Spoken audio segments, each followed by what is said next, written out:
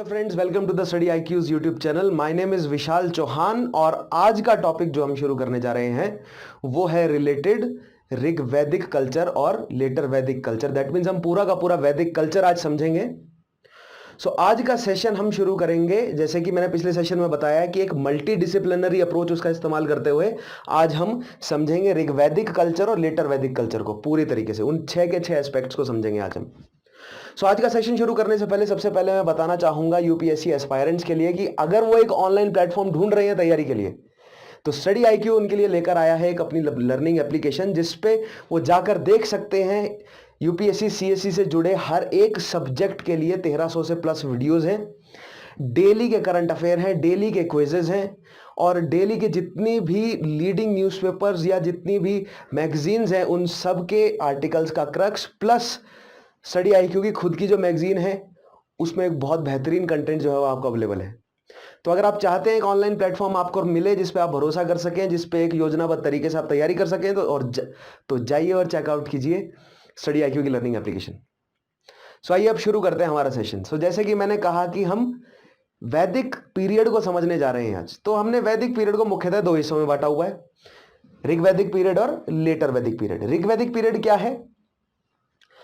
1500 BC से 1000 BC के period को हमने ऋग्वैदिक पीरियड बोला है और 1000 बीसी से लगभग छठी शताब्दी या 500 बीसी तक के पीरियड को हमने, या 600 बीसी तक, कई जगहों पे 600 बीसी लिखा है, कई जगहों पे 500 बीसी लिखा है, लेकिन 600 बीसी जो है वो सही डेट है।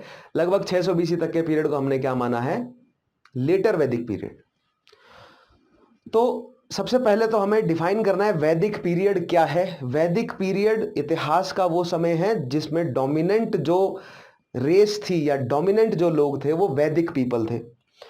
तो यहां पर सवाल बनता है कि वैदिक पीपल कौन है? वैदिक पीपल वह लोग हैं जिन्होंने वैदिक लिटरेचर को लिखा, राइट? उनको हमने क्या कहा? वैदिक पीपल। तो यहां पर सवाल बनता है कि अब वैदिक लिटरेचर क्या है? तो वैदिक लिटरेचर कुछ हिम्स या श्लोकों का एक कंपाइलेशन है जिसमें उस समय के जो भी रेस थी वो या जो भी सिविलाइजेशन थी उन लोगों ने क्या देखा, क्या समझा, उसको पूरी तरीके से उन्होंने कंपाइल किया है। आज हमें यही देखना है कि उन्होंने क्या देखा और क्या समझा और अपने समाज को कैसे संगठित किया, कैसे अपना एडमिनिस्ट्रेशन चलाया, क्या उनका पॉलिटिकल स्ट्रक्चर था। ये सारी चीजें हम समझने की कोशिश करेंगे आज के सेशन में। तो सबसे पहले हमारा ऋग्वेद हम समझते हैं क्या है। ऋग्वैदिक पीरियड ऋग्वेद के माध्यम से हम समझेंगे, राइट? ऋग्वेद क्या है?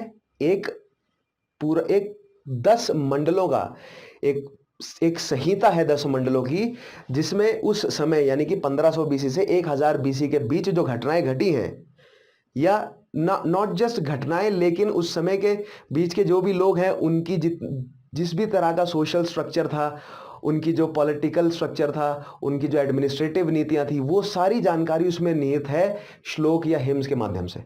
तो वही आज हम पढ़ने की कोशिश करेंगे। लेकिन यहां पर सबसे पहले कुछ बेसिक सवाल बनते हैं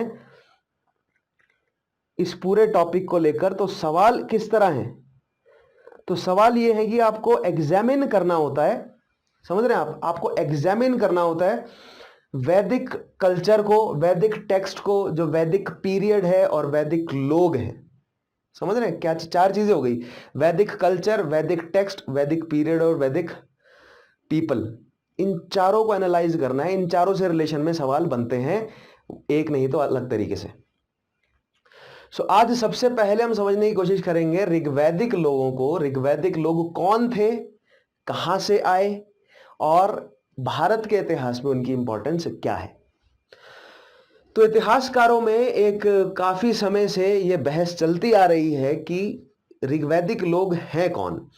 तो उनके लिए शब्द इस्तेमाल किया गया है, उन्हीं के द्वारा जो प्रिपेयर्ड संहिता है उसमें आर्य शब्द इस्तेमाल किया गया है ऋग्वैदिक लोगों के लिए।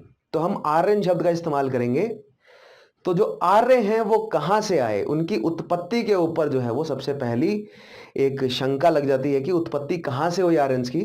तो आर्यंस की उत्पत्ति के लिए अलग अलग थियरीज हैं। जो नेशनलिस्ट हिस्टोरियन हैं वो ये बोलते हैं कि आर्यंस जो है वो भारत से उत्पत्तित हुए और जो सेंट्रल एशिया के क्षेत्र में है वो भारतीय उपमहाद्वीप से मूव किया उन्होंने। और जो पूरी दुनिया के हिस्टोरियंस हैं जो जहां जहां पर आर्यंस को स्टडी कर रहे हैं, चाहे वो रशिया के इतिहासकार हों, चाहे वो कैम्ब्रिज के इतिहासकार हो, ऑक्सफोर्ड के इतिहासकार हो, इन सब ने क्या डिड्यूस किया है अंत में कि भारतीय उपमहाद्वीप में उत्पत्ति नहीं हुई है ऑरेंज की। ऑरेंज की उत्पत्ति हुई है दक्षिणी रशिया क्षेत्र से, और वहां से वो यूरोप की तरफ बढ़े हैं, ईरान की तरफ बढ़े हैं और भारतीय उपमहाद्वीप की तरफ बढ़े हैं। 3 डायरेक्शन में उन्होंने माइग्रेट किया है। सो दैट मीन्स माइग्रेशन थ्योरी जो है वो ऑरेंज की, और माइग्रेशन थ्योरी भी स्पेसिफिकली क्या कि वो बाहर से माइग्रेट करके आए इंडिया में, इसको सही ठहराया जाता है इतिहासकारों द्वारा। क्यों सही ठहराया जाता है? क्योंकि दो मुख्य बहुत स्ट्रॉन्ग साक्ष्य रखे जाते हैं जिनको ट्रम्प करने के लिए और कोई नया साक्ष्य जो है वो अभी तक नहीं बन पाया। तो अभी तक की धारणा हम समझने की कोशिश करेंगे। पहला साक्ष्य क्या है? पहला साक्ष्य है लिंग्विस्टिक, यानी कि भाषाई बेसिस पर, कि अगर आप दक्षिणी रशिया क्षेत्र की भाषाओं के शब्द जो हैं वो अगर आप उनका चयन करें और फिर आप देखें कि उन शब्दों वो शब्द या उन शब्दों से मिलते जुलते शब्द या जिस पैटर्न में वो शब्द इस्तेमाल किए गए हैं वो पैटर्न हमें कहां कहां पर देखने को मिलता है, तो हमें यह समझ आता है कि वो शब्द कल्चर एक्सचेंज होता है, यानी कि ट्रेड के माध्यम से या माइग्रेशन के माध्यम से, वो व्यक्तियों के माइग्रेशन के माध्यम से वो शब्द मूव करते हुए पहुंच गए ईस्टर्न यूरोप, वही शब्द मूव करते हुए पहुंचे ईरान, और वही शब्द मूव करते हुए पहुंचे हैं भारतीय उपमहाद्वीप में भी। सो पहली तो है लिंग्विस्टिक अप्रोच, कि भाषा ज्ञानी जो है वो उन्होंने क्या अपना तर्क दिया है, और दूसरा है जो डीएनए साइंटिस्ट हैं उन लोगों ने क्या तर्क दिया है। तो जो दूसरी अप्रोच है वो ज्यादा फीजेबल है। डीएनए साइंटिस्ट ने ये बोला कि एक जीन है इंसान के शरीर में, उसको उन्होंने नाम दिया है फैक्टर M17। तो जो फैक्टर M17 है वो दक्षिणी रशिया क्षेत्र के जो लोग हैं उसमें बहुतायत में पाया गया, लगभग 40% पॉपुलेशन में वो मिला। और जब चेक किया गया कि ये फैक्टर कहां कहां पर मूव किया है, तो साइंटिस्ट को ये समझ आया कि ईस्टर्न यूरोप, ईरान और भारत में मूव किया है। ये जीन जो है वो मूव करता हुआ है। और कैसे मूव करता है? क्योंकि जब उन्होंने भारत में चेक किया तो लगभग दिल्ली शहर के 35% पॉपुलेशन के अंदर ये जीन पाया गया, और भारत की जब द्रविड़ पॉपुलेशन के अंदर ये जीन चेक किया गया तो लगभग 5 से 8% द्रविड़ पॉपुलेशन के अंदर भी ये जीन पाया गया। दैट मीन्स नेशनलिस्ट हिस्टोरियंस का ये क्लेम कि भारत से बाहर की तरफ मूव किया है ये जीन या ऑरेंज ने मूव किया, तो ये यहां पर खारिज हो जाता है।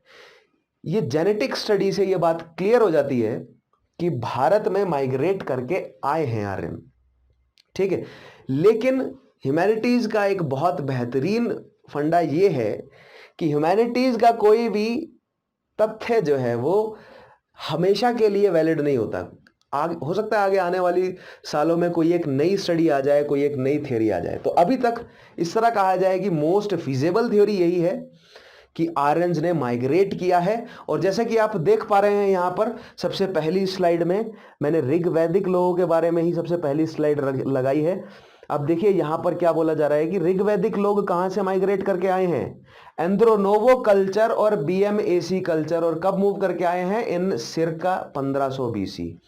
अब ये एंद्रोनोवो कल्चर और BMAC कल्चर अगर आप देखें तो ये दक्षिणी रशिया क्षेत्र में, और खास करके ये जो BMAC जो है ये रशिया से थोड़ा और नीचे जो बैक्ट्रिया का क्षेत्र है, यानी दक्षिणी कजाकिस्तान, उज्बेकिस्तान, उत्तरी अफगानिस्तान, तुर्कमेनिस्तान, ये जो पूरा एरिया है this is known as BMAC।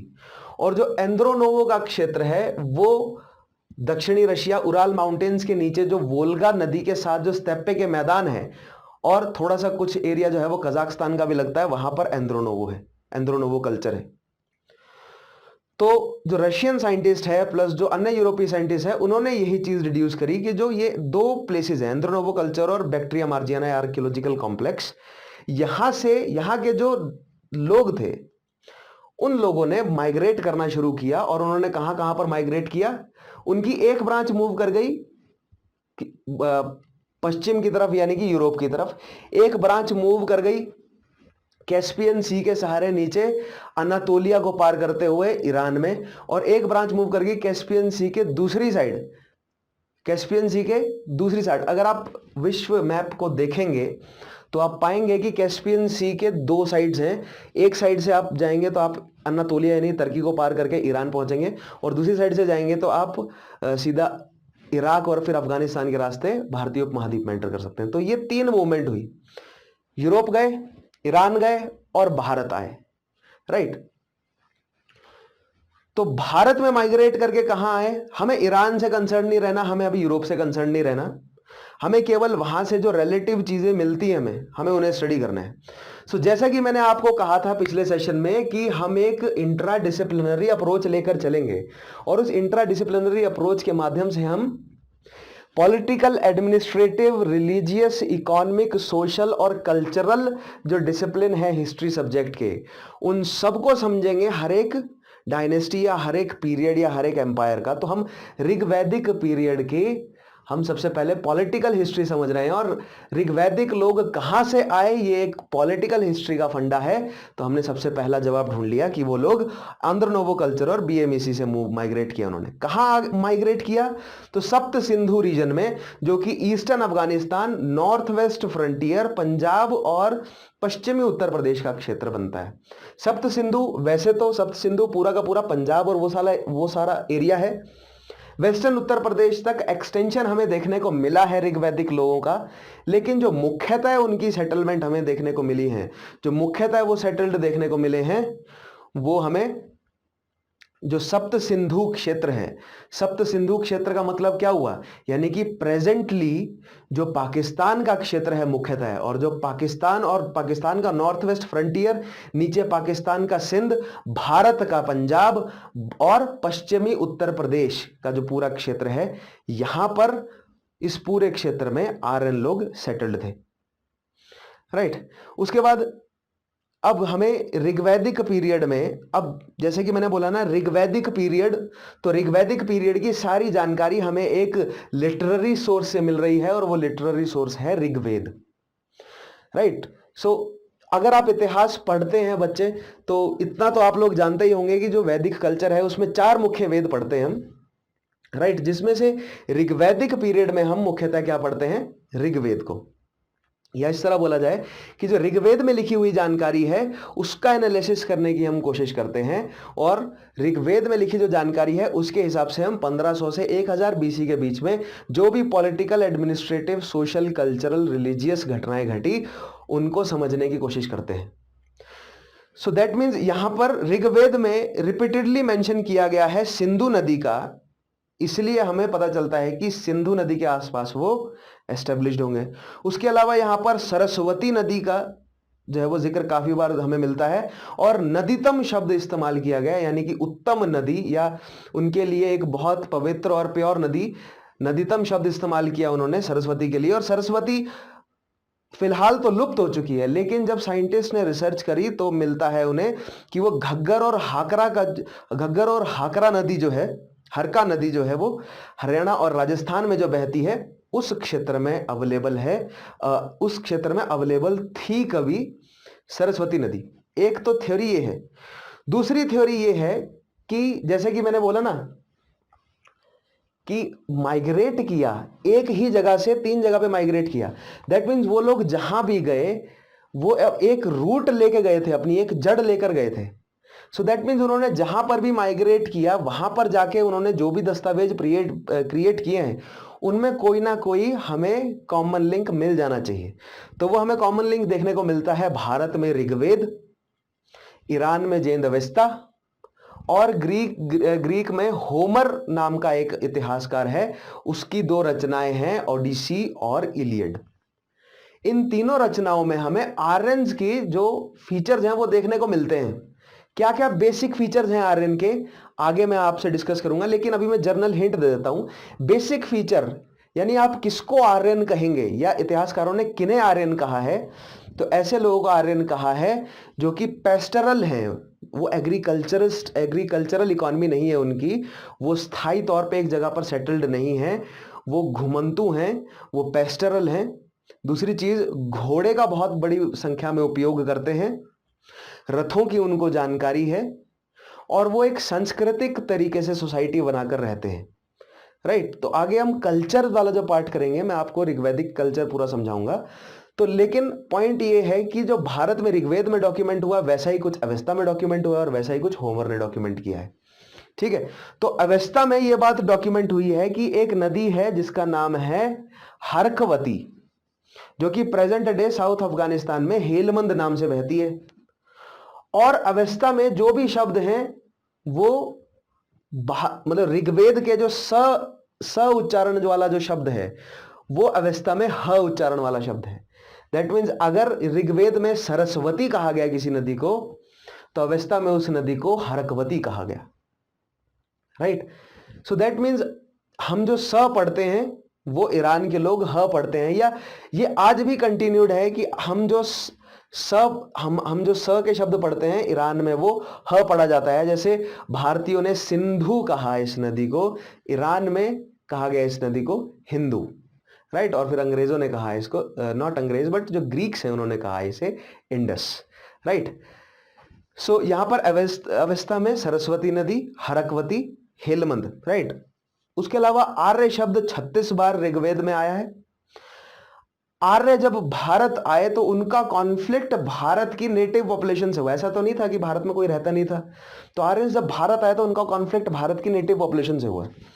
तो हमें जो आर्यंस के बारे में पता है वो आर्यन का लिटरेचर है। क्यों? क्योंकि जो भारत की नेटिव पॉपुलेशन थी वो अभी भी कहा जाए तो एक बहुत ज़्यादा प्रिमिटिव तरीके से रह रहे थे, और वो अभी भी एक बहुत वो एज कंपेयर टू आर्यंस वो कल्चर वो सांस्कृतिक नहीं थे। दैट मीन्स उनके पास अभी तक डेवलप्ड नहीं थी कि वो अपने जितने भी डॉक्यूमेंट, जो भी उनकी दिनचर्या है उसको डॉक्यूमेंट कर सके।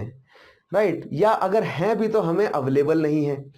तो इससे ये पता चलता है हमें कि जो शब्द उनके लिए इस्तेमाल किया जाता है, जो नेटिव्स थे उस समय के भारत के, जब आर्यन आए, दासाज या दस्यु, तो वो शब्द जो है वो आर्यंस ने ही इस्तेमाल किया उनके लिए।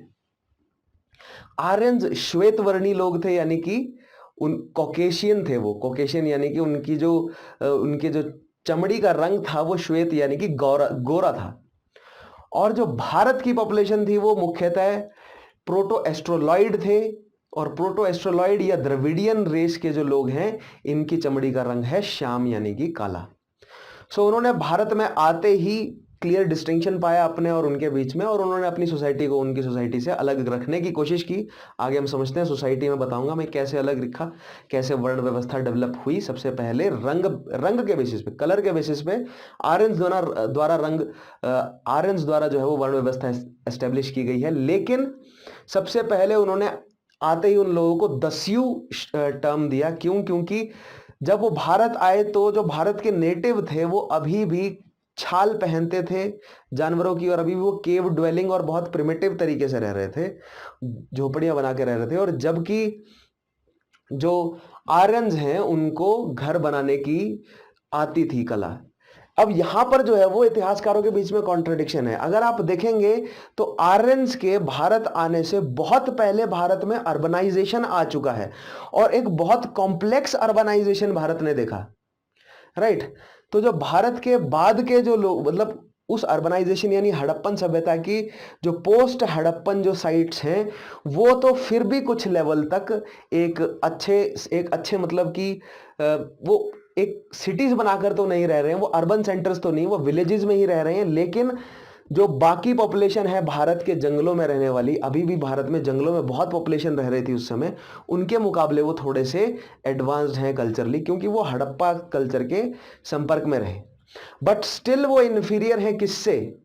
आर्यन से। क्यों? क्योंकि आर्यंस के पास घोड़े हैं, आर्यंस के पास रथ हैं, आर्यंस के पास बेटर हथियार हैं, बेटर वर्मन हैं, बेटर कवच हैं, और उनके पास बेटर टेक्नोलॉजी है कृषि की, कपड़ा बनाने की, जूते बनाने की। ओवरऑल वो ज्यादा डेवलप्ड है एज कंपेयर टू जो हड़प्पन रिमेन्स भारत में रह रही थी, या जो मेगालिथिक कल्चर्स थे भारत में उनसे। राइट, सो आर्यंस का कॉन्फ्लिक्ट हुआ दासाज या दस्युस के साथ, जिसका एग्जाम्पल हमें ऋग्वेद में देखने को मिलता है, दिवोदास वर्सेस शांबर। अब यहां पर आप ध्यान दीजिएगा, ये जो दिवोदास राजा है इसके नाम में सफिक्स जुड़ा है Das. Right, so that means Aryans जो है वो एक वेव में नहीं आए। आर्यंस जो है वो एक वेव में नहीं आए। जो मुख्य आर्यन थे एंड्रोनोवा और बीएमएसी के, उनके आने से पहले उनके एक्सटीरियर में, यानी एंड्रोनोवा और बीएमएसी के एक्सटीरियर में जो लोग रहते थे और जो लगभग आर्यन जैसा कल्चर फॉलो करते थे, वो पहले माइग्रेट करके भारत में आ गए। सो दैट मीन्स जब मुख्य तौर पे आर्यन्स की बड़ी वेव आई, जो प्रॉपर ऋग्वैदिक आर्यन है, जब वो भारत आए, राइट, और जब वो खासास से उनका मिलन हुआ, उन जो पहले आए थे ऋग्वैदिक आर्यन से, उनको खासास कहा जाता है, उनका जब खसों से मिलन हुआ तो उन्होंने देखा कि खस जो है वो लगभग उन्हीं की तरह का कल्चर फॉलो करते हैं, लगभग उन्हीं की तरह का भाषा बोलते हैं, तो खसों के लिए वो टॉलरेंट रहे। और खसों के राजा है यहाँ पर दिवोदास, जिनको कई जगहों पर आर्यन शासक भी बोला गया है, और ऋग्वेद में भी उसको एक आर्य शासक के रूप में माना गया है, क्योंकि जो ऋग्वैदिक आर्यन्स है उन्होंने अपने अंदर ही इन्वॉल्व कर लिया खसों को। सो दिवोदास वर्सेस भारत का नेटिव जो किरात लोग हैं, भारत के नेटिव शांबर, उनके बीच में ये युद्ध हुआ। लगभग ऋग्वेद में मेंशन्ड है कि 40 वर्षों तक ये युद्ध चला, और फिर दिवोदास ने उद्भ्रज नाम के स्थान पर शांबर की शांबर का वध किया, और किरातों पर खसों की या आर्यन्स की जीत हुई। इससे जो भारत के नेटिव्स हैं उनको भारत उस समय भारतीय उपमहाद्वीप की जो उपजाऊ तराई का क्षेत्र है वहां से खदेड़ दिया गया, और वो ऊपरी पहाड़ी क्षेत्र में मूव कर गए जो भारत के नेटिव्स हैं। इसके बाद ऋग्वेद में शब्द एक और इस्तेमाल किया गया है, जिसे कहा गया है दस्यु हत्या, और इसको बहुत प्राइड से लिखा गया है ऋग्वेद में कि अगर कोई आर्यन दस्यु हत्या करता है तो वो उसका धर्म है, और दस्यु जो है वो हत्या करने के लिए ही लायक है, right. So these all things are mentioned in Rigveda. उसके अलावा ऋग्वेद में इंद्र देवता की बात की गई है, और किस तरह उसकी पॉलिटिकल हिस्ट्री से जुड़ा है, क्योंकि इंद्र के लिए जो एक और संज्ञा इस्तेमाल की गई है वो है पुरंदर, और पुरंदर शब्द का मतलब होता है कि अगर, वैसे तो बहुत सारे इतिहासकारों ने और जो हिंदी भाषा के जो ज्ञानी हैं या संस्कृत भाषा के जो ज्ञानी हैं, उन्होंने ट्रांसलेट किया है इसे कि जो किले को भेदता है, लेकिन यहां पर ये चीज जो है वो हाईली स्पेकुलेशन में है, क्योंकि किले वाला सिस्टम, तो किले बनाने का तो सिस्टम था ही नहीं तब तक तो उनको जानकारी नहीं थी कि फोर्टिफिकेशन कैसे किया जाता है। तब तक तो मिट्टी के घर बन रहे थे, वो भी कच्ची मिट्टी के। भले ही किले की जानकारी जो है वो बहुत अच्छे तरीके से थी हड़प्पा संस्कृति के लोगों को, क्योंकि वो पक्की ईंटें बनाना जानते थे और वो पत्थर से फोर्टिफिकेशन करना भी जानते थे, राइट। लेकिन जो ऋग्वैदिक लोग हैं या जो पोस्ट हड़प्पन पीरियड के जो लोग हैं वो फोर्टिफिकेशन नहीं करते थे। सो फोर्ट्स का डिस्ट्रॉयर जो वर्ड है पुरंदर के लिए वो ठीक नहीं है, रादर आप बोल सकते हैं आप डिस्ट्रॉयड ड्वेलिंग यूनिट्स, या जो किसी की भी अगर कोई सेटलमेंट है, कोई रहने की जो पोजीशन है, उसका डिस्ट्रॉयर है पुरंदर, राइट। सो इसका एक ब्रॉड टर्म में इस्तेमाल किया जाता है कि जो किसी की सेटलमेंट को उजाड़ दे, यानी कि जो किसी का भी अधिकरण कर ले दूसरे के क्षेत्र में, वो पुरंदर है। और इंद्र जो है वो वैदिक देवता है जो युद्ध में मदद करता है वैदिक लोगों की। उसके अलावा इंडो आर्यंस के जीतने के कारण, जैसे कि मैंने बोला कि उनके रथ, उनके घोड़े और उनका वर्मन यानी आर्मर, और उसके अलावा उनके पास बेटर वेपन्स अवेलेबल हैं। नेक्स्ट आर्यन की पॉलिटिकल हिस्ट्री में देखें तो आर्यन, जैसे कि मैंने बोला कि वो ट्राइबल कल्चर है, आर्यंस जो हैं वो ट्राइब्स में रहते हैं, ठीक है, विलेज ही कह लीजिए उनके ट्राइब को, राइट। दैट मीन्स 100-150 की पॉपुलेशन के मैक्सिमम ट्राइब हैं, और ट्राइब या एक क्लैन जो है वो जगह जगह मूव करता है, और वो ट्राइब जो है वो पूरा का पूरा किनशिप पे बेस्ड है, यानी वो ट्राइब पूरा का पूरा आपस में रिलेटेड होगा। हो सकता है कि 1, 2 या 3 फैमिलीज हों ज्यादा से ज्यादा, लेकिन मुख्यतः सारी फैमिलीज आपस में रिलेटेड होंगी। तो वो जो पूरे ट्राइब्स हैं, इस तरह के ऋग्वेद में पंचजन नाम से जो है वो 5 ट्राइब्स मेंशन किए गए हैं, लेकिन ऐसा मान लेना ठीक नहीं होगा कि केवल 5 ही ट्राइब्स हों, ऑब्वियसली उससे ज्यादा ट्राइब्स रही होंगी। पंचजन जो है वो फिर भी ट्राइब जो है वो मेंशन्ड है ऋग्वेद में, जिनमें से लीडिंग ट्राइब्स हैं भारता और त्रिच्चु, ये 2 लीडिंग ट्राइब्स हैं, ठीक है, जिनमें से ऋग्वेद में ही मेंशन्ड है कि भारत क्लैन का युद्ध हुआ 10 अन्य राजाओं से। एक साइड भारत क्लैन था, सुदास शासक था भारत क्लैन का, और जिसको कहा गया है कि वो दिवोदास के ही पुत्र हैं, और दूसरी साइड 10 चीफ्स हैं जिनमें से 5 आर्यंस थे और 5 नॉन आर्यंस थे। इनके बीच में जो युद्ध हुआ इसमें सुदास की जीत हुई, उसने उन 10 राज्यों की उनकी जो कॉन्फेडरेसी है उसको हराया। इसको दशराग युद्ध के नाम से डॉक्यूमेंट किया गया है। महाभारत नहीं है, बहुत जगह पे कंफ्यूज हो जाता है, कंफ्यूज कर लेते हैं स्टूडेंट्स की ये जो दशराग युद्ध है यही महाभारत है। नहीं, दशराग युद्ध जो है वो अलग है। भले ही भारता क्लैन नहीं लड़ा है दशराग युद्ध, और लेकिन दशराग युद्ध अलग है और महाभारत अलग है। वो भी भारता क्लैन नहीं लड़ा होगा, मैं आपको आगे बताऊंगा कैसे। यहां पर हम देख पा रहे हैं कि 10 chief, 5 iron 5 non iron, Sudas जो है वो बैटल जीत गया, दशराग युद्ध को वो जीता। और ये युद्ध लड़ा गया है पुरुषनी नदी के किनारे या पुरुषनी नदी के समीप। और पुरुषनी नदी को जो वर्तमान इतिहासकार हैं उन्होंने माना है कि पुरुषनी नदी जो ऋग्वेद में मेंशन्ड है वो प्रेजेंट डे की रावी रिवर है, राइट। उसके अलावा पुरु क्लैन जो डिफीटेड 10 राजा थे और उनमें से जो आर्यंस का एक जो मुख्य क्लैन था वो था पुरु, और पुरु क्लैन जो है वो भारत क्लैन से उसने हाथ मिला लिया और जो नया क्लैन फॉर्म हुआ उसको कहा गया है कुरु। सो भारता प्लस पुरु गिव्स अस कुरु, और जो कुरु क्लैन का क्षेत्र है उसको कुरुक्षेत्र के नाम से आज भी जाना जाता है, राइट। और जो कुरु क्लैन है उसके जो शासक या वो जो पूरी फैमिली है उनको कौरव कहा जाता है, राइट। आगे हम महाभारत में समझेंगे क्या है वो, लेकिन ये है कुछ बेसिक पॉलिटिकल हिस्ट्री ऋग्वैदिक राजाओं, ऋग्वैदिक जो भी रूलिंग क्लास थी या जो सोसाइटी के बारे में तो आगे समझेंगे ही, लेकिन पॉलिटिकल हिस्ट्री मुख्यतः रूलिंग क्लास की या जो पूरी की पूरी पॉपुलेशन के हिसाब से देखा हमने। तो ये था ऋग्वैदिक का। अब लेटर वैदिक पीरियड की देखें तो लेटर वैदिक पीरियड क्या है कि जो ऋग्वैदिक लोग ही थे उन्होंने माइग्रेट किया, सप्त सिंधु क्षेत्र से माइग्रेट करके वो अब धीरे धीरे गंगेटिक प्लेन यानी कि गंगा के मैदानी क्षेत्र में माइग्रेट करना शुरू किया। तो यहां पर सबसे पहला सवाल बनता है कि पहले ही क्यों नहीं कर गया उन्होंने, 500 साल वेट क्यों किया, राइट। क्योंकि ये तो बिल्कुल लाजमी बात है कि अगर वो पेस्टरल इकोनॉमी थी भी, अगर वो पशु चराते भी थे तो गंगा के मैदान में पशु चरा लेते। लेकिन यहां पर आपको यह समझना पड़ेगा कि गंगा का मैदान है आज, तब था वो बहुत घना जंगल। दैट मीन्स उस जंगल को काटना उनके लिए बहुत अनिवार्य था। और जो ऋग्वैदिक लोग हैं उनकी पत्थर और तांबे की या जो पत्थर तांबे या ब्रॉन्ज की जो उनकी कुल्हाड़ियां थी वो लायक नहीं थी उस घने जंगल को काटने के लिए। सो दैट मीन्स ऐसी क्या घटना घटी कि वो जंगल काटने के लायक बन गए वैदिक लोग। तो वो घटना घटती है लगभग 1000 बीसी के आसपास, जब भारतीय उपमहाद्वीप के नॉर्थ वेस्ट फ्रंटियर के आसपास लोहे का इस्तेमाल शुरू हो जाता है। दैट मीन्स जो ऋग्वैदिक लोग हैं उनको धीरे धीरे लोहे के बारे में पता चलने लग जाता है और वो जंगल की कटाई करके अब मैदानी क्षेत्र में मूव करना शुरू करते हैं। इस वजह से 1000 बीसी से 500 बीसी तक हमें लगभग 700 पीजीडब्ल्यू साइट्स देखने को मिलती हैं, और पीजीडब्ल्यू है पेंटेड ग्रेवियर। अब देखिए कहां पर आर्यन्स मौजूद हैं, इतिहासकारों को कैसे पता है, क्योंकि उन्होंने खुदाई करी है ना, लिटरेरी सोर्स हैं। लेकिन मैंने आपको पिछले सेशन में बताया ना कि लिटरेरी सोर्स को बैक करते हैं आर्कियोलॉजिकल एविडेंसेस। अब लिटरेरी सोर्स तो कुछ भी कह देंगे कि हस्तिनापुर का जो महल है 1000 पिलर थे, उसमें 1000 दरवाजे थे और बड़े बड़े पिलर्स थे और बहुत बड़ा शहर था और धुआंधार मार्बल से बना था, राइट।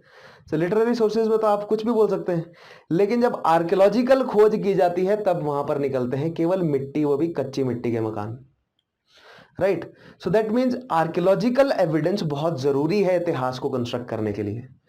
तो जब उन लिटरेरी सोर्सेस को स्टडी किया गया और उस बेसिस पे वहां पर उनके जो बताई हुई प्लेसेस हैं, राइट, उन लिटरेरी सोर्सेज में जो इंडिकेटेड प्लेसेस हैं उनकी जब खुदाई की गई तो वहां पर हमें मिले जो बर्तन उनको कहा गया पेंटेड ग्रेवियर, राइट। वहां पर जो बर्तन मिले हैं वो पेंटेड ग्रेवियर हैं।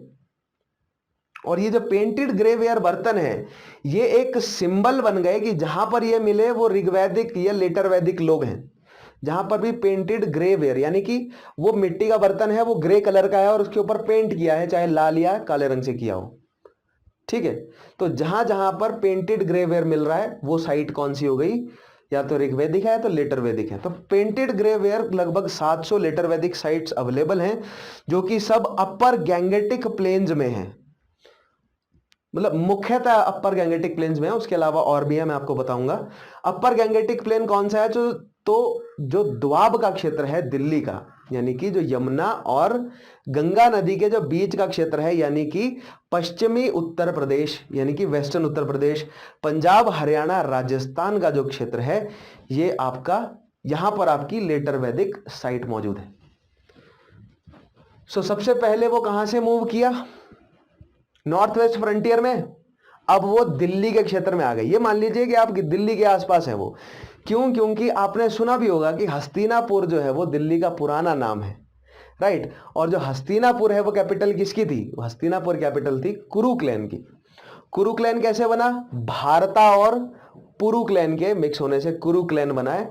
और जो कुरु क्लैन है उनकी कैपिटल है हस्तिनापुर, जो कि प्रेजेंट डे मेरठ के नजदीक है, और वो भी एक पीजीडब्ल्यू साइट ही है, राइट। सो जैसे कि मैंने यहां पर लिखा है भारता प्लस पुरु फॉर्म्स कुरु क्लैन। और ये जो कुरु क्लैन है इन्होंने दिल्ली और दिल्ली के अपर दोआब का जो रीजन है, यानी हमें कुरुक्षेत्र शहर जहां देखने को मिलता है, इस पूरे एरिया पे कुरु क्लैन का कब्जा था। कुरु की कैपिटल हस्तिनापुर में थी, जो कि प्रेजेंट डे मेरठ है। तो जो हस्तिनापुर का विवरण दिया गया है ऋग्वेद में, उस तरह की हस्तिनापुर मिली नहीं। जब हस्तिनापुर की खुदाई की गई तो वहां पर वो हाई पिलर्ड और गैलरीज, 1000 दरवाजों वाले जो मकान है वो सब नहीं मिले। मिट्टी, कच्ची मिट्टी के मकान मिले हैं इसी पीरियड के 1500 बीसी से 1000 बीसी के जो मकान मिले हैं वहां पर, वो कच्ची मिट्टी के मकान मिले हैं, राइट। दैट मीन्स बहुत बढ़ा चढ़ा के बोला गया था। इससे हमें यह पता चलता है कि जो ऋग्वैदिक लोग हैं वो कच्ची मिट्टी के मकानों में रहते थे। उनको पक्की मिट्टी, उनको मिट्टी को पकाने की विधि का, यानी कि बर्न्ट ब्रिक्स का भी पता नहीं था। उसके अलावा महाभारत, जो कि 4 AD में कंपाइल की गई है, लिखी गई है, राइट। उसमें 950 BC के आसपास की डेट जो है वो मानी जाती है इतिहासकारों द्वारा। और ये महाभारत जो युद्ध है, ये दो मुख्य क्लैन्स के, ये एक ही बड़े क्लैन की दो मुख्य फैमिलीज के बीच में हुआ, कौरवों और पांडवों के। ये भी महाभारत के बारे में हम सब जानते हैं कि कौरवों और पांडवों के बीच हुई, और कुरु क्लैन के ये मेंबर्स थे, राइट। और जिसमें कौरवों की जो फैमिली है, या जो कुरु क्लैन है, वो ऑलमोस्ट पूरा का पूरा खत्म हो गया। हस्तिनापुर के बारे में एक पॉइंट और लिखा जाता है कि जब हस्तिनापुर की स्टडी की जाती है तो पता चलता है कि बाढ़ आ जाने के कारण, यमुना नदी में बाढ़ आ जाने के कारण जो हस्तिनापुर की जो रेमिनेंट्स हैं वो कौशांबी तक जाकर मिलते हैं, राइट। उसके अलावा एक और मुख्य क्लैन है यहां पर पंचाल, जिसका एरिया जो है वो उत्तर प्रदेश में बरेली, बदाऊं और फारुखाबाद का जो क्षेत्र है, यहां इसके आसपास का जो एरिया है, ये आपका कौन सी क्लैन है? देख पा रहे हैं, पंचाल क्लैन, राइट। उसके बाद यही लेटर वैदिक लोगों ने 500 BC के आसपास पूर्व दिशा में मूव करना शुरू किया। क्यों? क्योंकि तब तक उनके पास लोहे को इस्तेमाल करने की बहुत अच्छी नॉलेज आ गई 500 सालों में। और पूर्व की तरफ अगर आप बढ़ते जाएं तो गंगा के आज जो मैदान है, उनका जो जंगल है, वो उस समय घना होगा बहुत ज्यादा, क्योंकि पूर्व की तरफ जो है वो ज्यादा वर्षा होती है, राइट। सो दैट मीन्स वहां पर उनको मूव करने में थोड़ा समय लगा होगा। लेकिन उन्होंने जब 500 BC के आसपास मूव किया तो उन्होंने उधर जाकर ईस्टर्न साइड जो है वो क्लैन एस्टेब्लिश करी, जिसमें से कौशला जो है वो ईस्टर्न उत्तर प्रदेश, उसके अलावा विदया जो है वो बिहार में, नॉर्थ में, ये दो मुख्य क्लैन्स हमें देखने को मिलती हैं। ये भी लेटर वैदिक क्लैन्स है। अब देखते हैं एडमिनिस्ट्रेटिव हिस्ट्री।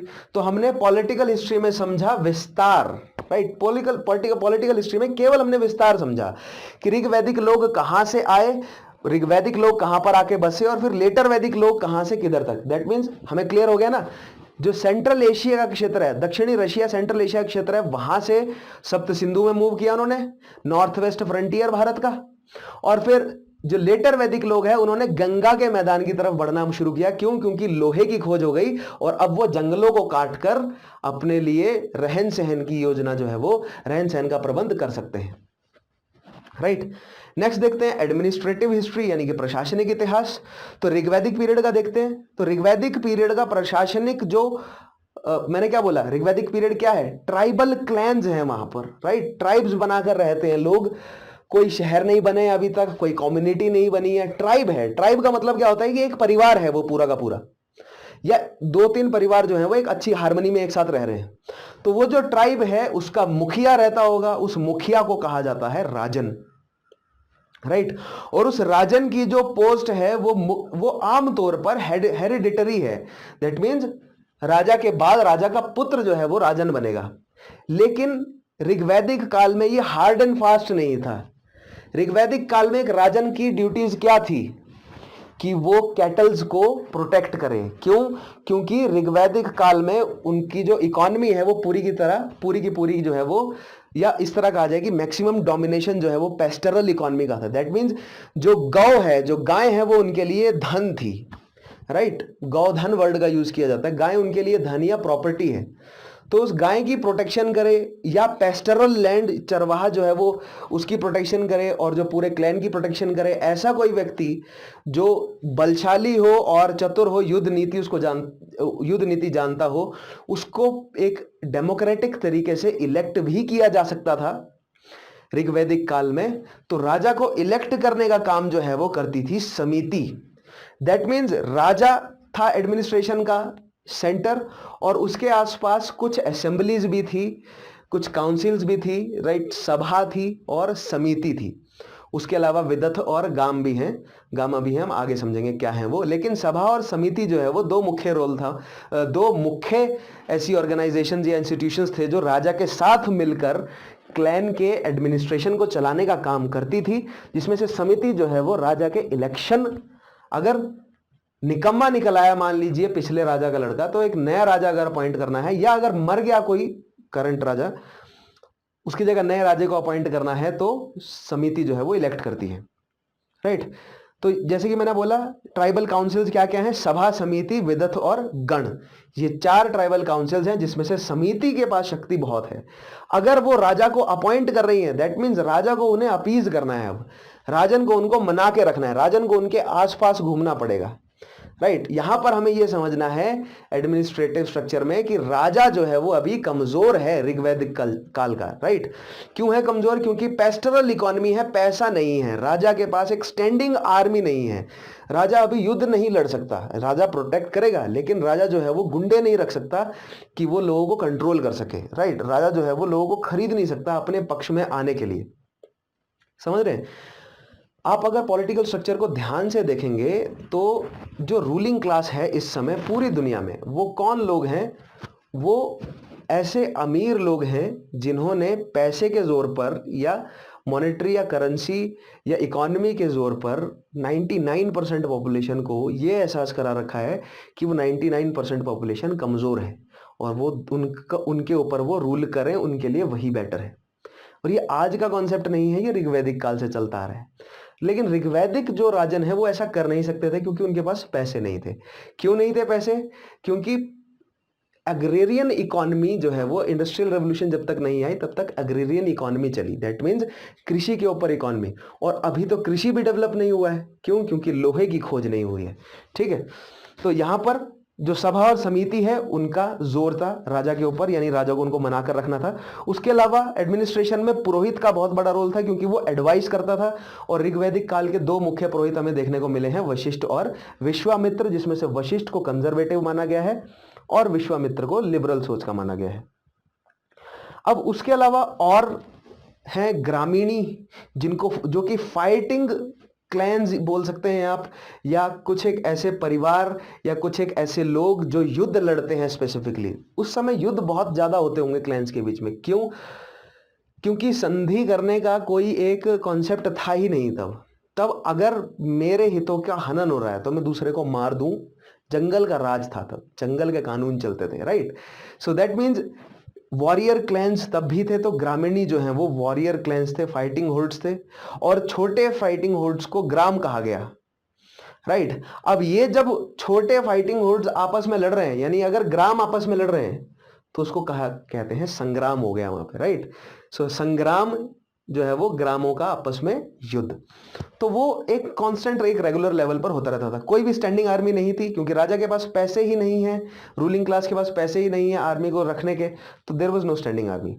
ट्राइबल ग्रुप्स थे जिनके लिए संज्ञाएं हैं व्रता, जना, ग्रामा और सरदा। ये ट्राइबल ग्रुप्स के लिए अलग अलग नाम हैं, जिनमें से जो ग्राम है ये इनकी संख्या जो है वो मुख्यतः थी, राइट। उसके अलावा कोई भी सिविल या टेरिटोरियल एडमिनिस्ट्रेशन नहीं था। क्यों? क्योंकि कोई लैंड बाउंड्री नहीं थी, लैंड का एक्विजिशन ही नहीं था, तो लैंड बाउंड्री नहीं थी, ना ही राजा के पास, ना ही सभा के पास, ना ही समिति के पास, ना ही ग्रामीणों के पास, किसी के पास भी जमीन का अधिकरण नहीं था, यानी कि फिक्स नहीं था कि मेरे पास इतनी जमीन है। और अगर फिक्सेशन नहीं है तो सिविल लॉज नहीं हो सकते ना, टेरिटोरियल एडमिनिस्ट्रेशन नहीं हो सकता, कितनी जमीन पर आप करेंगे आप, राइट। केवल एक तरह की जमीन के ऊपर जो है वह एडमिनिस्ट्रेशन की जरूरत थी, वो था पेस्टरल लैंड, यानी कि चरागाह, क्योंकि जो इकॉनमी है वो मुख्यतः क्या है, पेस्टरल इकॉनमी है। तो चरागाह के ऊपर जो व्यक्ति बैठा होता था, यानी चरागाह को जो एडमिनिस्टर कर रहा था, उसका नाम था व्रजपति। आगे आएगी वो टर्म, मैं मेंशन करूंगा। उसके अलावा जो पूरी क्लैन है उसकी लॉयल्टी अपनी ट्राइब के लिए होती थी। अगर कभी भी क्लैन को जरूरत है, अब लड़ते कौन थे, सेना नहीं थी तो लड़ कौन रहा है, तो अगर किसी क्लैन के ऊपर विपत्ति है, मान लीजिए दूसरा क्लैन, अब विपत्तियां किस तरह की होती है, मान लीजिए दूसरा क्लैन उनकी चरागाह पे अपनी गायों को चरा रहा है, तो अब इस क्लैन की ड्यूटी बन जाती है कि उनकी गायों को वो खदेड़ कर आए और युद्ध करे। अब मान लीजिए दूसरा क्लैन जो है वो युद्ध पे उतारू है, वो चाहता है कि केवल हमें अब पाश्चर ही ना छोड़ना पड़े, हम जहां पर ये एक पहला क्लैन रहता है वो पूरा का पूरा क्लैन वहां से हट जाए। तो यहाँ पर अब दो क्लैन्स के बीच में युद्ध होगा। अब इन दो क्लैन्स के बीच में युद्ध जो है वो ऐसा तो है नहीं राजा और राजा आपस में लड़ेंगे, तो जो, और मैंने क्या कहा था, पूरा का पूरा क्लैन रिश्तेदार है, दैट मीन्स उस क्लैन के जितने भी आदमी हैं उनको इकट्ठा किया जाएगा और वो आपस में, दोनों क्लैन के आदमी जो है वो आपस में लड़ेंगे। और ऋग्वेद में ये बात मेंशन की गई है कि एक या दो क्लैन्स में से ज्यादा 25 से 30 जो है वो लोग जुड़ते थे युद्ध के लिए। तो कोई ऐसा बड़ा संग्राम नहीं होता था कि हजारों के हिसाब से लोग लड़ रहे हैं, 150-200 भी बहुत ज्यादा संख्या हो गई, लगभग 25-30-50 लोग आपस में लड़ते थे, राइट। लेकिन बैटल्स जो है वो खूनखार हुआ करती थी, इसमें कोई डाउट नहीं है, ठीक है, लड़ा जाता था मारने के लिए। अब ऋग्वेद में जन शब्द का इस्तेमाल किया गया है 275 बार, लेकिन जनपद शब्द का इस्तेमाल नहीं किया गया है। दैट मीन्स जन जो है वो शब्द इस्तेमाल किया जाता है एक ट्राइब लेवल के लिए, है ना, जन शब्द ट्राइब के लिए इस्तेमाल किया जाता है, और जनपद का इस्तेमाल किया जाता है, या इस तरह पुट किया जाता है कि जन जो है वो एक व्यक्ति के लिए, एक पीपल के लिए, है ना, एक व्यक्ति के लिए वर्ड यूज किया जाता है जन। और जनपद मतलब जहां पर व्यक्तियों की सेटलमेंट हो, पद्म यानी कि पैर, जहां पर व्यक्तियों का पैर टिका हो, सेटलमेंट हो जहां पर। तो जो जनपद शब्द है वो अभी तक नहीं पता है, ऋग्वेद में नहीं आया। इससे हमें यह पता चलता है कि कोई भी फिक्स्ड सेटलमेंट नहीं था, नोमैडिक थे लोग, यानी कि घुमंतु थे, घुमंतु यायावार कहा जाता है,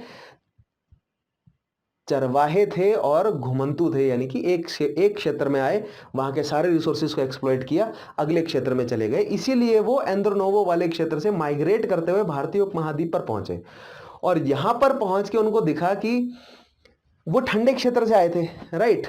सो यहां पर मैं आपको बताता हूं कि अनाज की खोज कैसे हुई। अनाज जो है वो बेसिकली घास है, एक ऐसी घास है जिसपे बीज लगते हैं, ठीक है। तो जो शुरुआती इंसान है, जो चाल्कोलिथिक इंसान है या जो नियोलिथिक इंसान था, उसने पैटर्न देखना शुरू किया कि एक स्पेसिफिक टाइप की घास एक स्पेसिफिक मौसम में, एक स्पेसिफिक क्लाइमेटिक कंडीशन में लगती है। मौसम भी नहीं पता था उन्हें ये लगता था कि कोई गर्मी हो गई, क्लाइमेटिक कंडीशन है, राइट।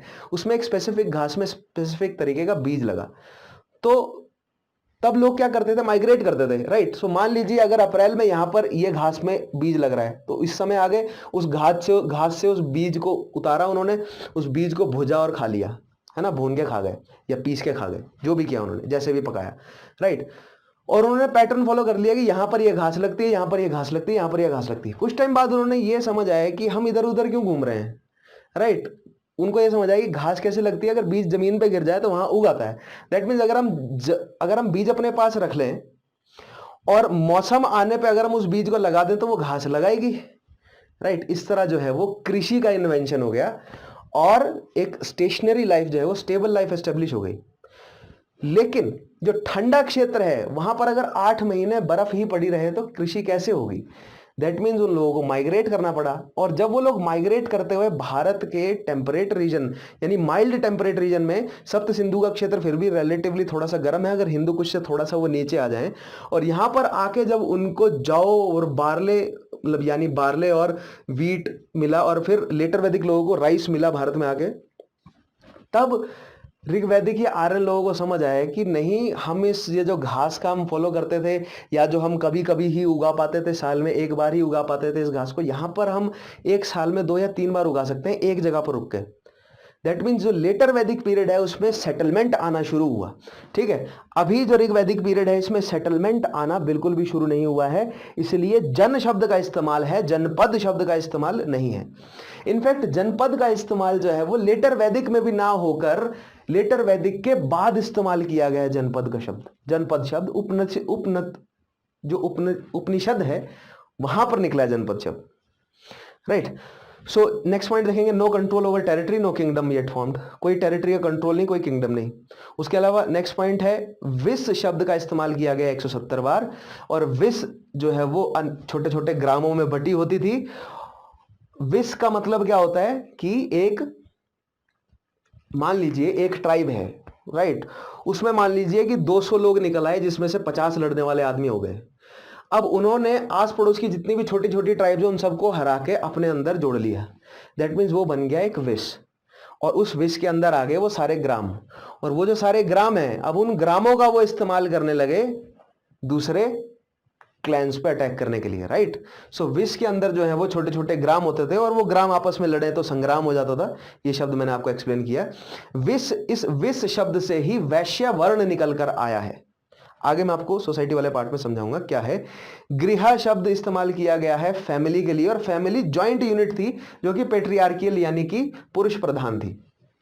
जॉइंट यूनिट का क्या मतलब है, क्योंकि अगर जब जो भाषाई ज्ञानी है उन्होंने जो इंडो यूरोपियन भाषाएं हैं या इंडो आर्यन या इंडो ईरानियन भाषाएं हैं इनकी जब स्टडी करी, और खासकर जो ओल्डर डायलेक्ट्स हैं उनकी जब स्टडी करी, तो पाया, उन्होंने क्या पाया कि नेफ्यू नाम का शब्द नहीं है, यानी भतीजा भतीजी इन सब के लिए कोई भी शब्द अवेलेबल नहीं है, राइट। इसका मतलब ये कि सारा का सारा परिवार एक साथ ही रहता है, सभी उनके बच्चे हैं, सबके लिए जो है वो बच्चे शब्द जो है वो इस्तेमाल किया उन्होंने, बच्चों के लिए जो भी रीजनल डायलेक्ट में शब्द है वो, राइट। भतीजा या भतीजी शब्द नहीं है वहां पर। सो दैट मीन्स जॉइंट फैमिली रहती है, और नॉट जस्ट फादर की साइड, मदर की साइड भी सब मिलकर रह रहे हैं।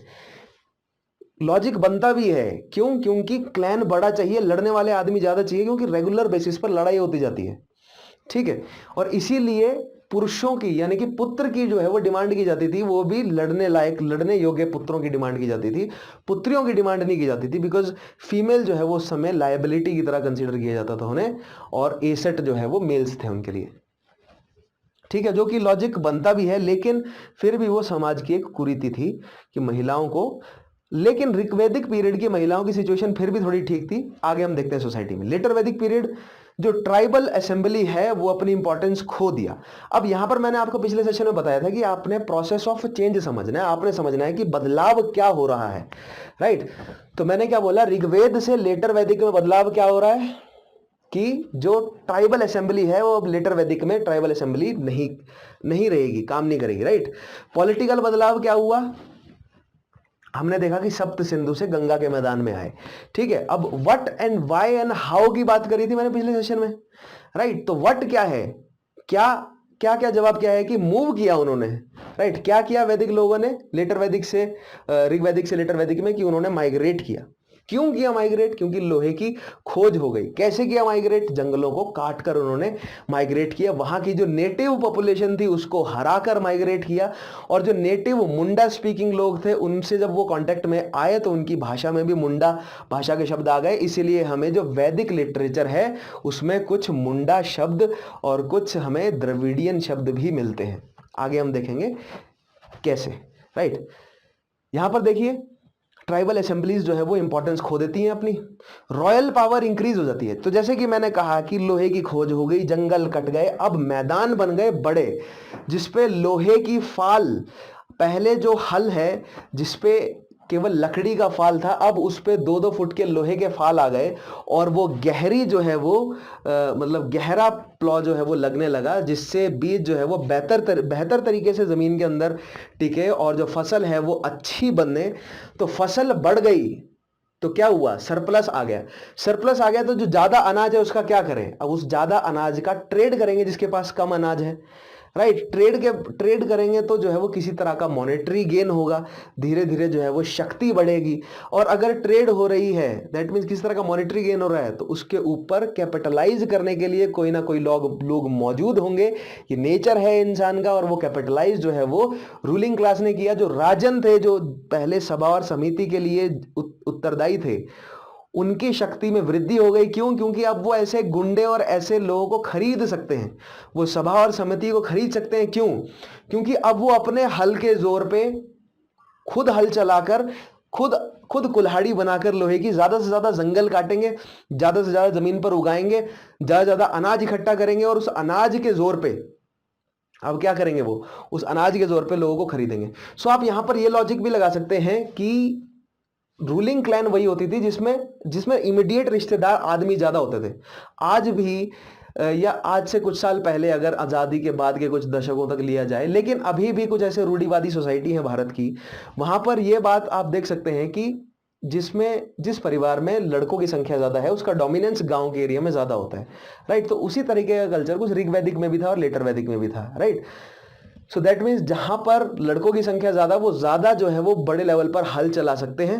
इसका एग्जाम्पल हमें देखने को मिलता है ऋग्वैदिक टेक्स्ट में ही, जैसे कि कृष्ण के भाई बलराम को हलधर कहा गया है। राइट। उनको बोला गया है कि उन्होंने हल हमेशा साथ में लेके चलते थे। दैट मीन्स उनका स्टेटस सिंबल था ये। या दो चीजें हो सकती हैं, या तो वो हमेशा जो है वो खेती करने लगे रहते थे, या तो वो हमेशा जो है वो एक स्टेटस सिंबल की तरह हल अपने साथ रखते थे। राइट। उसके अलावा जो जानक है, सीता के पिताजी जो है, वो सीता मैया के पिताजी, वो भी खुद जो है वो हल चलाते थे। राइट। बुद्ध को भी जो है वो कई जगहों पर रिप्रेजेंट किया गया है खुद हल चलाते हुए। दैट मीन्स रूलिंग क्लास खुद हल चलाती थी। राइट। जो राजन है वो खुद हल चला रहा है, प्रोडक्शन इकट्ठा कर रहा है, उस प्रोडक्शन के बेसिस पर वो लोगों को खरीद रहा है, और वो सभा और समिति पे कंट्रोल ला रहा है। दैट मीन्स राजा की शक्ति बढ़ गई। ठीक है। विधाता तो पूरी तरह ही डिस्प्लेस हो गए, सभा और समिति का कैरेक्टर चेंज हो गया। अब वो चीफ या राजा या जो अमीर लोग हैं उनके कंट्रोल में आ गए। जो महिलाएं पहले सभा समिति में पार्टिसिपेट करती थी, उनका पार्टिसिपेशन खत्म हो गया, और लार्ज किंगडम और बड़े राजा बनने लगे। क्यों?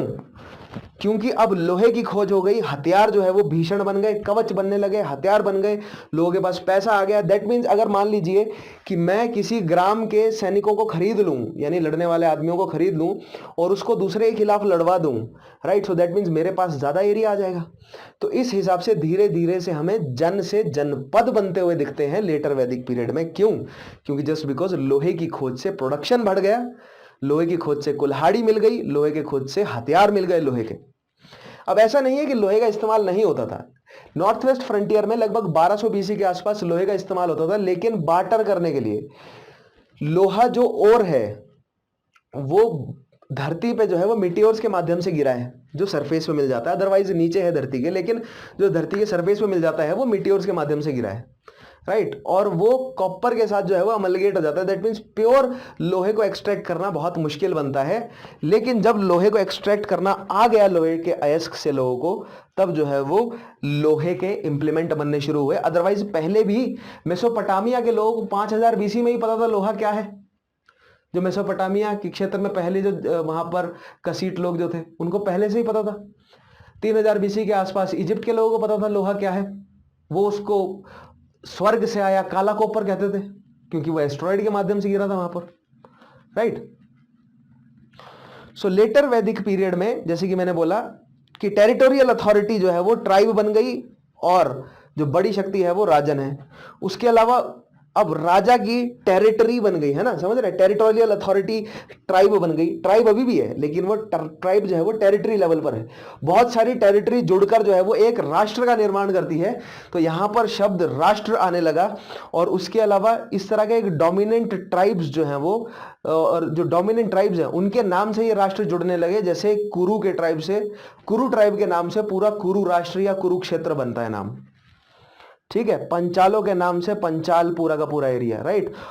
कोशला के नाम से कोशला, और उस साइड जो है वो विदय के नाम से विदय पूरा राज्य बन रहा है।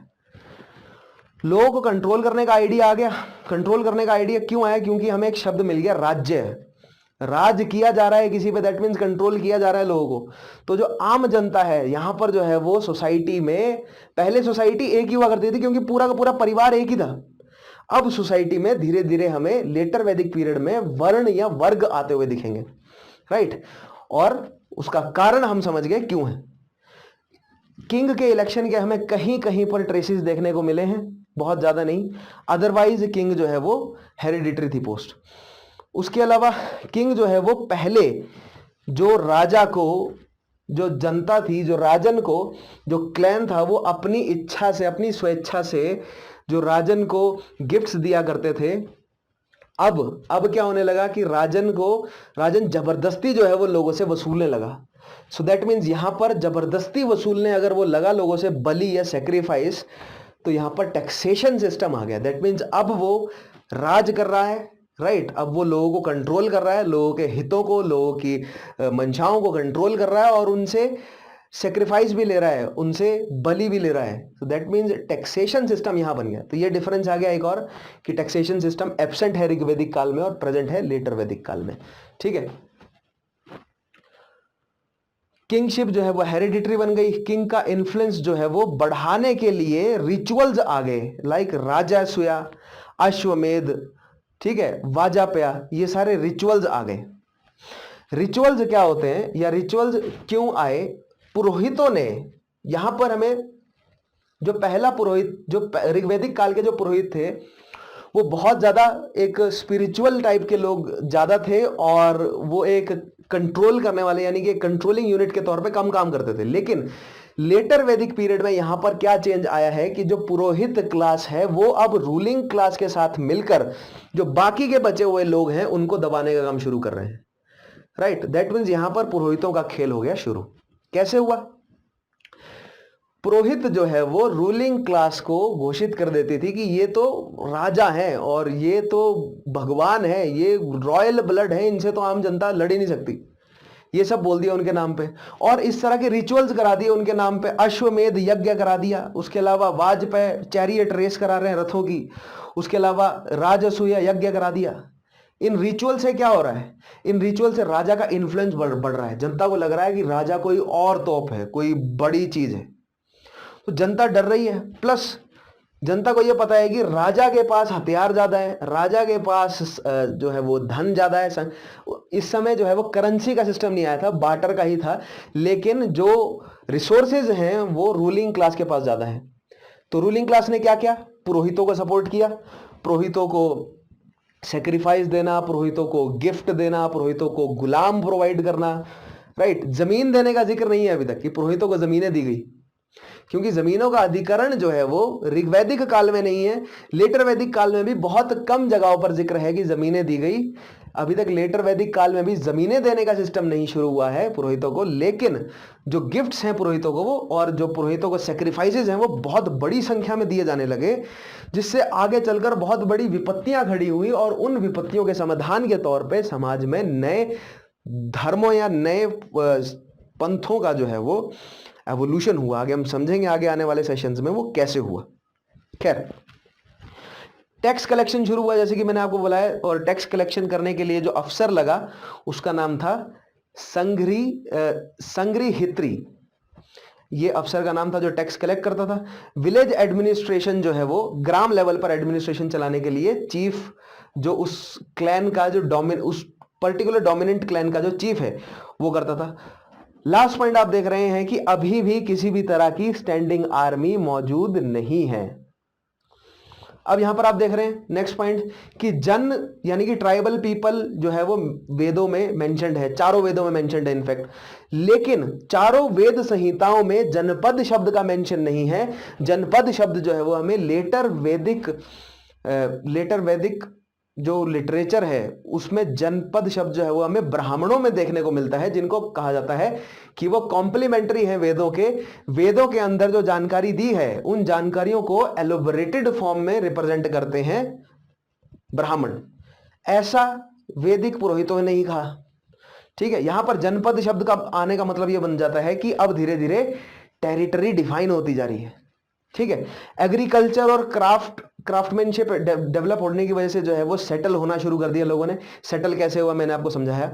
उसके अलावा वो फिर से आ गया पेंटेड ग्रे वेयर की 700 साइट्स। ये वही 700 साइट है, ये पूरी वैदिक पूरा का पूरा वैदिक कल्चर के लिए 700 साइट्स जो है वो लिखा जाता है।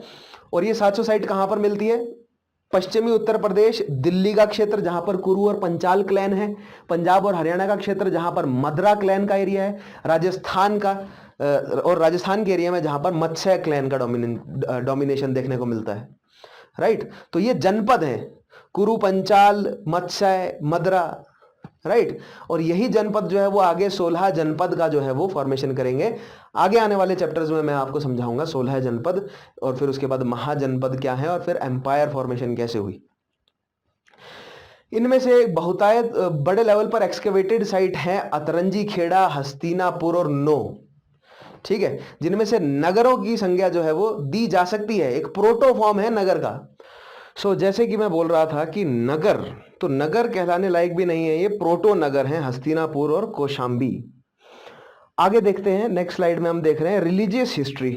तो ऋग्वैदिक पीरियड की रिलीजियस हिस्ट्री क्या रहा है? तो सबसे पहले तो जो ऋग्वैदिक लोग हैं उन्होंने जैसी कुदरत देखी उनको पर्सोनिफाई कर दिया उन्होंने। दैट मीन्स जितने भी नेचर के फिनोमिना थे, यानी कि सूरज, चांद, पृथ्वी, हवा, पानी, पर्वत, ठंडी, गर्मी, इन सब के लिए उन्होंने जो है वो पर्सन क्रिएट कर दिया और उन पर्सन को वो पूजना शुरू हो गया। दैट मीन्स ऋग्वैदिक लोग जिन भी नेचुरल फिनोमिना को समझ या समझा नहीं सके उसको उन्होंने पर्सोनिफाई कर दिया और उनको उन्होंने दैवीय शक्तियों के रूप में मान लिया। अब सूरज को लेकर उनके लिए कोई, उनके पास नहीं थी एक्सप्लेनेशन कि सूरज एक स्टार है, राइट, गैस का गोला है, या मौसम कैसे बदल रहा है, या पानी क्या चीज़ है। राइट, पानी उनको ये पता है कि जीवन के लिए बहुत ज़रूरी है, तो पानी में उनको एक देवता के फॉर्म में उनको लगने लगा। सूरज उनको लगा कि सूरज हमारे जीवन के लिए बहुत ज़रूरी है, तो सूरज को उन्होंने देवता बना दिया। तो ये अर्ली जितनी भी सिविलाइजेशन रही हैं उन्होंने नेचुरल शक्तियों को पर्सोनिफिकेशन किया है उनका, और वही ऋग्वेद के लोगों ने भी किया। इंद्र को पुरंदर का है, इंद्र जो है वो किसका? बारिश का देवता है, उसको पुरंदर का है, उसके नाम पर ऋग्वेद में 250 हिम्स हैं। उसके अलावा अग्नि को जो है वो इंटरमीडिएटरी माना गया। अग्नि के नाम पर जो है वो अग्नि की पूजा जो है वो केवल ऋग्वैदिक लोगों ने ही नहीं की, भारत में जो आर्यन आए केवल उन्होंने ही नहीं की, लेकिन जो आर्यंस ईरान में जाके बसे उन्होंने भी अग्नि की पूजा करनी शुरू करी। जो फायर की जो पूजा है या फायर के माध्यम से किसी तरीके का रिलीजियस रिचुअल करना, ये केवल भारत के लिए कन्फाइंड नहीं है, ये ईरान में भी होता है। और बिल्कुल बेसिक लॉजिक था इनका कि अगर हमें वो ये मानते थे कि ऊपर जो है वो देवता है जो बारिश देता है, उस बारिश की वजह से उनके जीवन का पूरा सर्कल चलता है। राइट, पानी की वजह से जो है वो जीवन का पूरा सर्कल चलता है, तो बारिश देने वाला देवता को वो परम देवता मानते थे। सो दैट मीन्स उस देवता तक वो कैसे पहुंचाएंगे अपने ग्रेटिट्यूड को, या जो ऑफरिंग वो देना चाहते हैं, वो क्या करेंगे? वो आग में उसको जला देंगे। जो भी चीज, जो भी सेक्रीफाइस वो आग में जला रहे हैं वो धुएं के तौर पे जो है वो ऊपर उठ जाएगा, और अकॉर्डिंग टू ऋग्वैदिक पीपल वो उनके देवता के पास, इंद्र के पास पहुंच गया। राइट, तो इसीलिए आग जो है वो मानुष और देवता के बीच में इंटरमीडिएटरी का काम करता था इस तरह। सो वरुण जो है वो पानी के लिए देवता है, सोम जो है वो प्लांट के लिए देवता है, और सोम रस निकलता है, उस सोम रस को वो पीते थे। और प्रेजेंटली अभी ढूंढा गया है कि इफेड्रा नाम का एक पौधा है, उससे सोमरस बनता था। मारुत जो है वो स्ट्रॉम या तेज हवाओं का या आंधियों का देवता। उसके अलावा सरस्वती को नदीतम कहा गया। अदिति, उषा शब्द जो है वो सूर्योदय या डॉन के लिए इस्तेमाल किया गया। राइट, तो यहां पर आप देख रहे हैं कि महिलाओं के नाम की डोमिनेंस हमें नहीं नजर आ रही है इन कुदरती शक्तियों में। ठीक है, अब वो वर्शिप कैसे करते थे? वो प्रेयर की रिसाइटेशन करते थे, लेकिन और सेक्रीफाइस जो है वो करते थे वो। राइट, अब वो सेक्रीफाइस चाहे वो काइंड का करें, यानी किसी सामान का करें, अनाज का करें सेक्रीफाइस, या उसके अलावा वो कैटल या उनके जो भी जानवर थे, जो भी जानवरों को वो पालते थे, वो उसका सेक्रीफाइस करते थे अपने देवताओं के लिए। राइट, सो वर्शिप ऑफरिंग जो है वो किसी तरह का रिचुअल नहीं होता था ऋग्वैदिक पीरियड में, किसी तरीके का रिचुअल नहीं होता था, यानी कि कोई एक प्रॉपर फॉर्मूला नहीं है किसी एक सेरेमनी को करने का। आग लगाई जाती थी और जो भी ऑफरिंग डालनी है वो उसमें डाल दी जाती थी, जानवर को काट दिया जाता था। राइट, और ये जो है वो एक इतना ही केवल एक रिचुअल था, सेक्रीफाइस देना ही रिचुअल था, लेकिन एक प्रॉपर फॉर्मूला नहीं था, जो कि हमें लेटर वैदिक पीरियड में दिखा कि मंत्र उच्चारण किया जा रहा है और गा के जो है वो मंत्र बोले जा रहे हैं और पूरी कम्युनिटी इकट्ठा है और शो है वो एक पूरा सा बहुत बड़ा, राइट। तो वो ऋग वैदिक पीरियड में वैसा कुछ नहीं था। और वर्शिप में वो मांगते क्या थे? प्रजा, पशु और हेल्थ, राइट। जितने मेटीरियलिस्टिक विशेष थी उनकी, अभी तक स्पिरिचुअल नहीं था उनको ज्ञान की हमें जो है वो हमारी बुद्धि को ठीक करे और ये सब नहीं। उनका ये था कि प्रजा चाहिए उनको, लड़के चाहिए ताकतवर और ऐसे लड़के जो योद्धा टाइप के हों, ठीक है। दूसरी चीज उनको पशु चाहिए, बहुत सारे घोड़े चाहिए, हजारों के हिसाब से घोड़ों की डिमांड करते थे वो अपने जो भी रिचुअल्स थे उसमें। सो प्रजा, पशु और हेल्थ और वेल्थ, इन सब चीजों की जो है वो ऋग वैदिक पीरियड में जो सेक्रीफाइसेस के माध्यम से अपने देवताओं से डिमांड करते थे वो लोग। लेटर वैदिक पीरियड की बात करें, इनकी क्या रिलीजियस है, इनका क्या रिलीजियस हिस्ट्री है, तो कल्ट ऑफ सेक्रीफाइस आया यहां पर जो रिचुअल्स आ गए, यानी कि पहले जो सेक्रीफाइस जो है वो केवल आग में आहुति दे देना और जानवर को काट देने तक ही सीमित था, लेकिन अब उसके लिए एक पूरा फॉर्मूला बनाया और उस पर मोनोपोलाई किसने करी?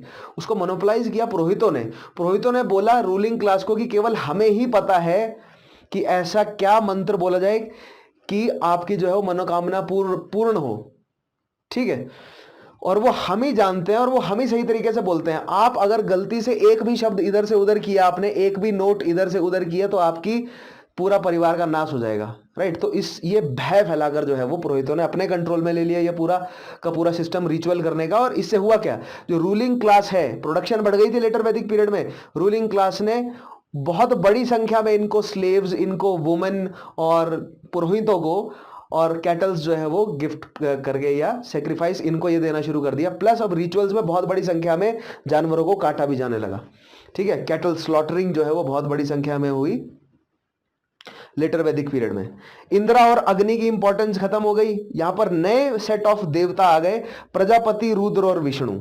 प्रजापति सुप्रीम लॉर्ड, रुद्र जो है वो जानवरों के रक्षक और जानवरों के देवता, और विष्णु जो है वो ओवरऑल प्रिजर्वर और प्रोटेक्ट करने के देवता। उसके अलावा ऑब्जेक्ट वर्शिपिंग यहां पर शुरू हो गई, यानी कि चीजों की वर्शिपिंग, यानी कि पेड़ पौधों की वर्शिपिंग यहां पर शुरू हो गई, ठीक है। और उसके अलावा फैलिक वर्शिपिंग तो खैर नेटिव थी इंडिया के लिए, लेकिन फैलिक वर्शिपिंग को अडॉप्ट करना शुरू किया ऋग्वैदिक लोगों ने धीरे धीरे। तो ऑब्जेक्ट वर्शिपिंग जो है वो यहां पर शुरू हुई है लेटर वैदिक पीरियड में। उसके अलावा वर्ण स्पेसिफिक गॉड हमें देखने को मिलता है, अलग वर्ण के अलग देवता। पुषाण जो कि जानवरों के देवता है, कैटल्स खासकर जो डोमेस्टिक जानवर है, जो जिनको पाल के रखा जाता है, जो पालतू जानवर है, उनके देवता है पुषाण। और जो पुषाण है वो ऋग्वैदिक काल में ऋग्वैदिक लोगों के देवता होते थे। क्यों? क्योंकि ऋग्वैदिक लोगों की डिमांड क्या होती थी कि उनके चरागाह पे किसी तरह की समस्या ना आए, उनकी गाय बैल को किसी तरह की दिक्कत ना हो, ठीक है। तो ऋग्वैदिक लोगों के जो देवता थे वो लेटर वैदिक पीरियड में शूद्रों के देवता बने। क्यों? क्योंकि लेटर वैदिक पीरियड में जो इस तरह के ऑड जॉब्स हैं, जानवरों को चराना, इनका ख्याल रखना, कैटल रियरिंग, हर्डिंग, ये शूद्रों का काम हो गया। रूलिंग क्लास अब ये काम नहीं कर रही, राइट। सोसाइटी में आगे हम समझेंगे उस चीज को। तो वर्ण स्पेसिफिक गॉड हमें यहाँ पर देखने को मिलता है पुषाण। उसके अलावा सेक्रीफाइस जो है वो बहुत इंपॉर्टेंट मैटर बन गया और पब्लिकली और डोमेस्टिक दोनों लेवल पर सेक्रीफाइस किया जाता था। यानी कि राजा, अगर कोई रूलिंग क्लास का कोई व्यक्ति, यानी कि अगर कोई नोबल है या कोई राजा जो है वो अगर कोई सेक्रीफाइस कर रहा है तो वो पूरी प्रजा को आमंत्रित करेगा, शूद्रों को जो है वो इनवाइट किया जाएगा, शूद्रों को भोजन खिलाया जाएगा, राइट। बड़े लेवल पर होता है। तो ये एक शक्ति प्रदर्शन है, एक तरह का एक स्टेटस सिंबल एस्टेब्लिश करने का तरीका है जो कि आज तक भी चल रहा है, ठीक है।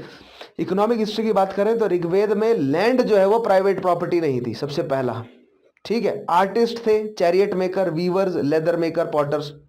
उसके अलावा आयस शब्द का मतलब था कॉपर और ब्रॉन्ज, यानी मेटल का इस्तेमाल था। और रेगुलर ट्रेड का कोई एविडेंस नहीं है। लैंड राउट का इस्तेमाल किया जाता था चलने फिरने के लिए।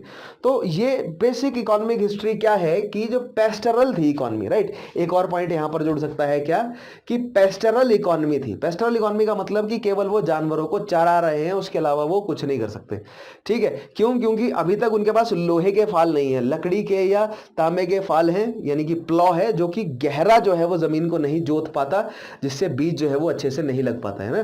तो दैट मीन्स ये कि अभी क्रॉप प्रोडक्शन नहीं है, सरप्लस नहीं इकट्ठा होता है, तो जितना वो उगा रहे हैं वो केवल उनके खाने लायक है, उनसे जैसे तैसे करके गुजर बसर चल रहा है उनका, ठीक है। इगैलिटेरियन है, यानी कि यूटिलिटेरियन है, केवल यूटिलिटी जितनी है उतना ही पूरा हो पा रहा है। उसके अलावा पेस्टरल है उनकी इकोनॉमी, और इकोनॉमी के अन्य एलिमेंट्स क्या हैं कि जो लैंड है उस पर प्रॉपर उनका हक नहीं है, क्योंकि वो पेस्टरल है, वो चलते फिरते रहते हैं, ठीक है। आर्टिस्ट वहां पर मौजूद है, चैरियट बनाने वाले, रथ बनाने वाले, जिनकी महत्वता ऑब्वियसली ज्यादा है। उसके अलावा वीविंग का काम महिलाओं का है, लेदर मेकिंग का काम जो है वो लोग करते हैं, पॉटरी करते हैं डेफिनेटली, क्योंकि हमें ग्रे पॉटरी जो है वो देखने को मिलती है। नेक्स्ट देखेंगे हम लेटर वैदिक पीरियड की। अगर हम ट्रेड को देखें तो लेटर वैदिक पीरियड में यहां पर ट्रेड में आ गया बदलाव, राइट। तो मैं ये चाहता हूं कि आप लोग ये बदलाव समझें, लेटर वैदिक पीरियड में क्या बदलाव आया है। आप यहां देखें कि एग्रीकल्चर जो है वो चीफ सब्सिस्टेंस बन गया। क्यों? क्योंकि अब डोमेस्टिकेशन हो गया, सेटल हो गया, इंसान डोमेस्टिकेट हो गया। क्यों डोमेस्टिकेट हुआ? मैंने आपको बताया, जंगलों को काटा, मैदान बनाया और वहां पर डोमेस्टिकेट हो गया इंसान, राइट। अब यहां पर ऋग्वेद में या जो लेटर वैदिक टेक्स्ट हैं, जो बाकी के 3 जो वेद हैं, राइट, अथर्व, सोम और यजुर, उनमें यह बोला गया है कि 6, 8, 12 और 24 बैलों को बनाकर जोड़कर जो है वो एक इतने बड़े बड़े हल चलाए जाते थे। तो ये एक एग्जेजरेशन लगता है, ये सही आंकड़ा नहीं हो सकता, राइट। उसके अलावा इतने ज्यादा कैटल सेक्रीफाइस होते थे कि सफिशिएंट बलॉक्स ही नहीं बचते थे, हजारों के हिसाब से जो है वो बलक्स यानी कि बैलों को सेक्रीफाइस किया जाता था इन रिचुअल्स पे, जिसकी वजह से फूड क्राइसिस भी एक ऐसा समय आ गया था कि फूड क्राइसिस आ गया था। इसी वजह से मैं आगे आने वाले सेशन में आपको बताऊंगा कि किस तरह जैन और बौद्ध धर्म की उत्पत्ति हुई, उसकी तरफ जो है वो रूलिंग क्लास ने मूव किया।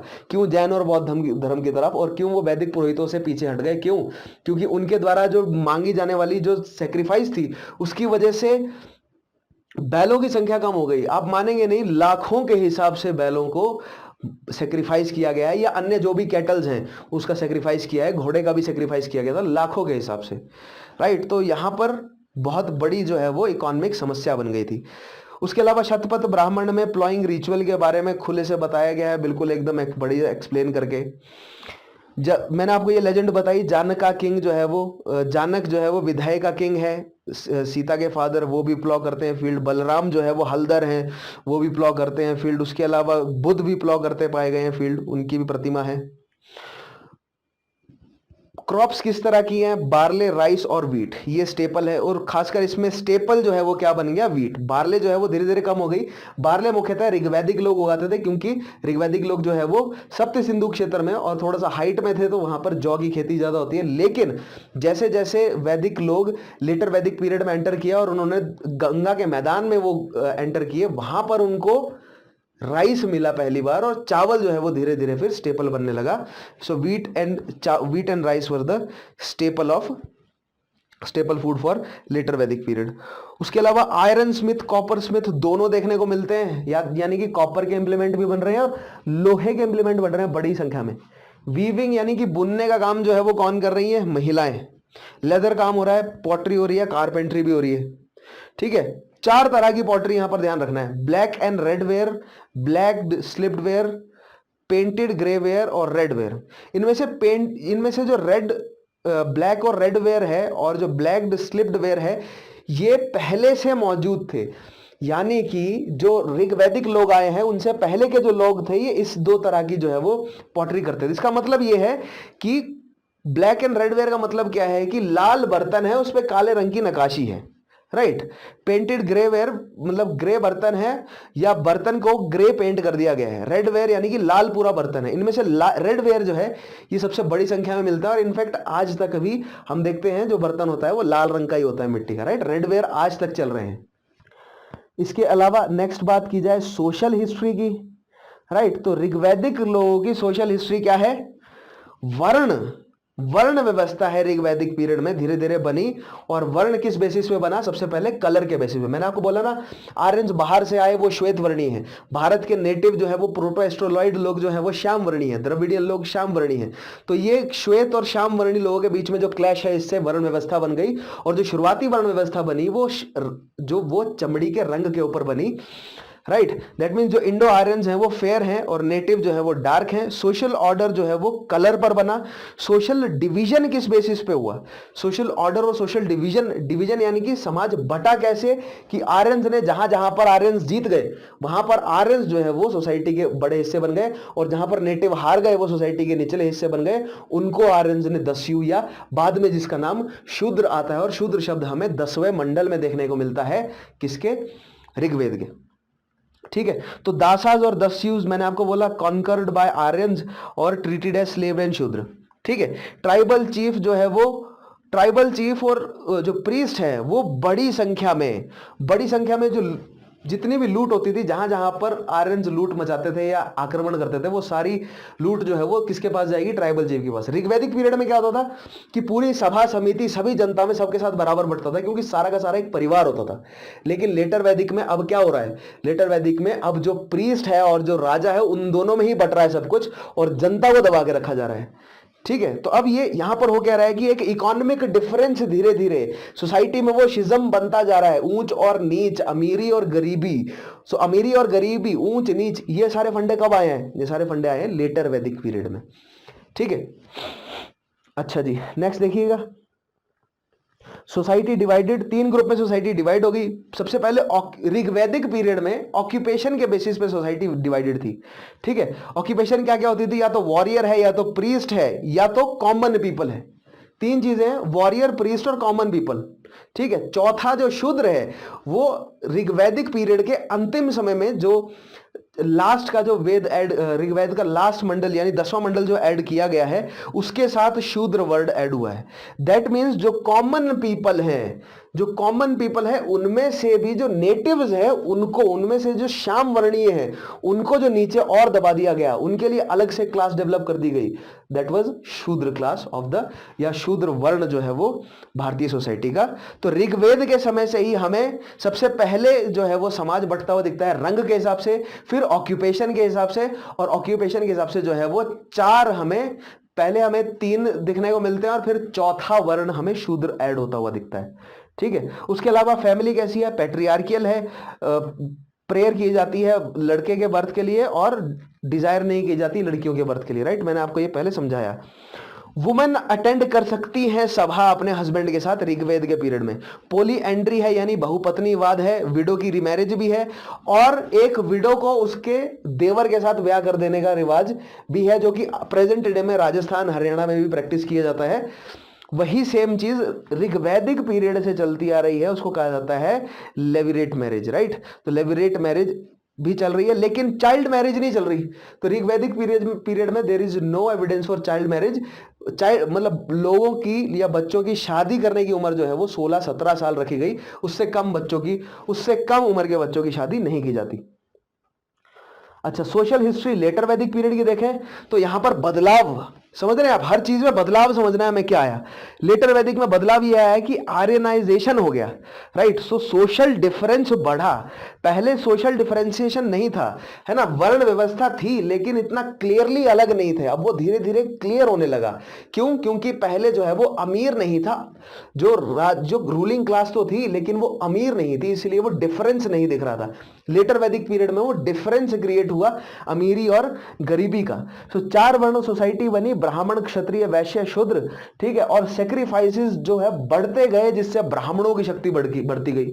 ब्राह्मणों को हजारों के हिसाब से गाय दी जा रही है, बहुत सारी वुमेन दी जा रही है उनको एज अ स्लेव, उनके हाउस होल्ड काम करने के लिए, और उसके अलावा उनको बहुत सारे जो है वो खाने पीने की सारी चीजें दी जा रही हैं। तो इससे धीरे धीरे ब्राह्मणों की शक्ति बढ़ती गई। शुरुआत में लगभग 16 तरह के अन्य पुरोहित भी थे, जिनमें से ब्राह्मण जो है वो सबसे शक्तिशाली पुरोहित बनकर उभरे।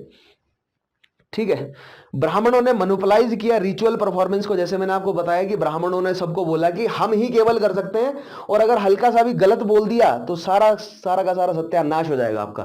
तो ये डर बैठाकर जो है वो मोनोपोलाइज कर लिया उन्होंने सारा सिस्टम क्या करने का? रिचुअल्स करने का, ठीक है।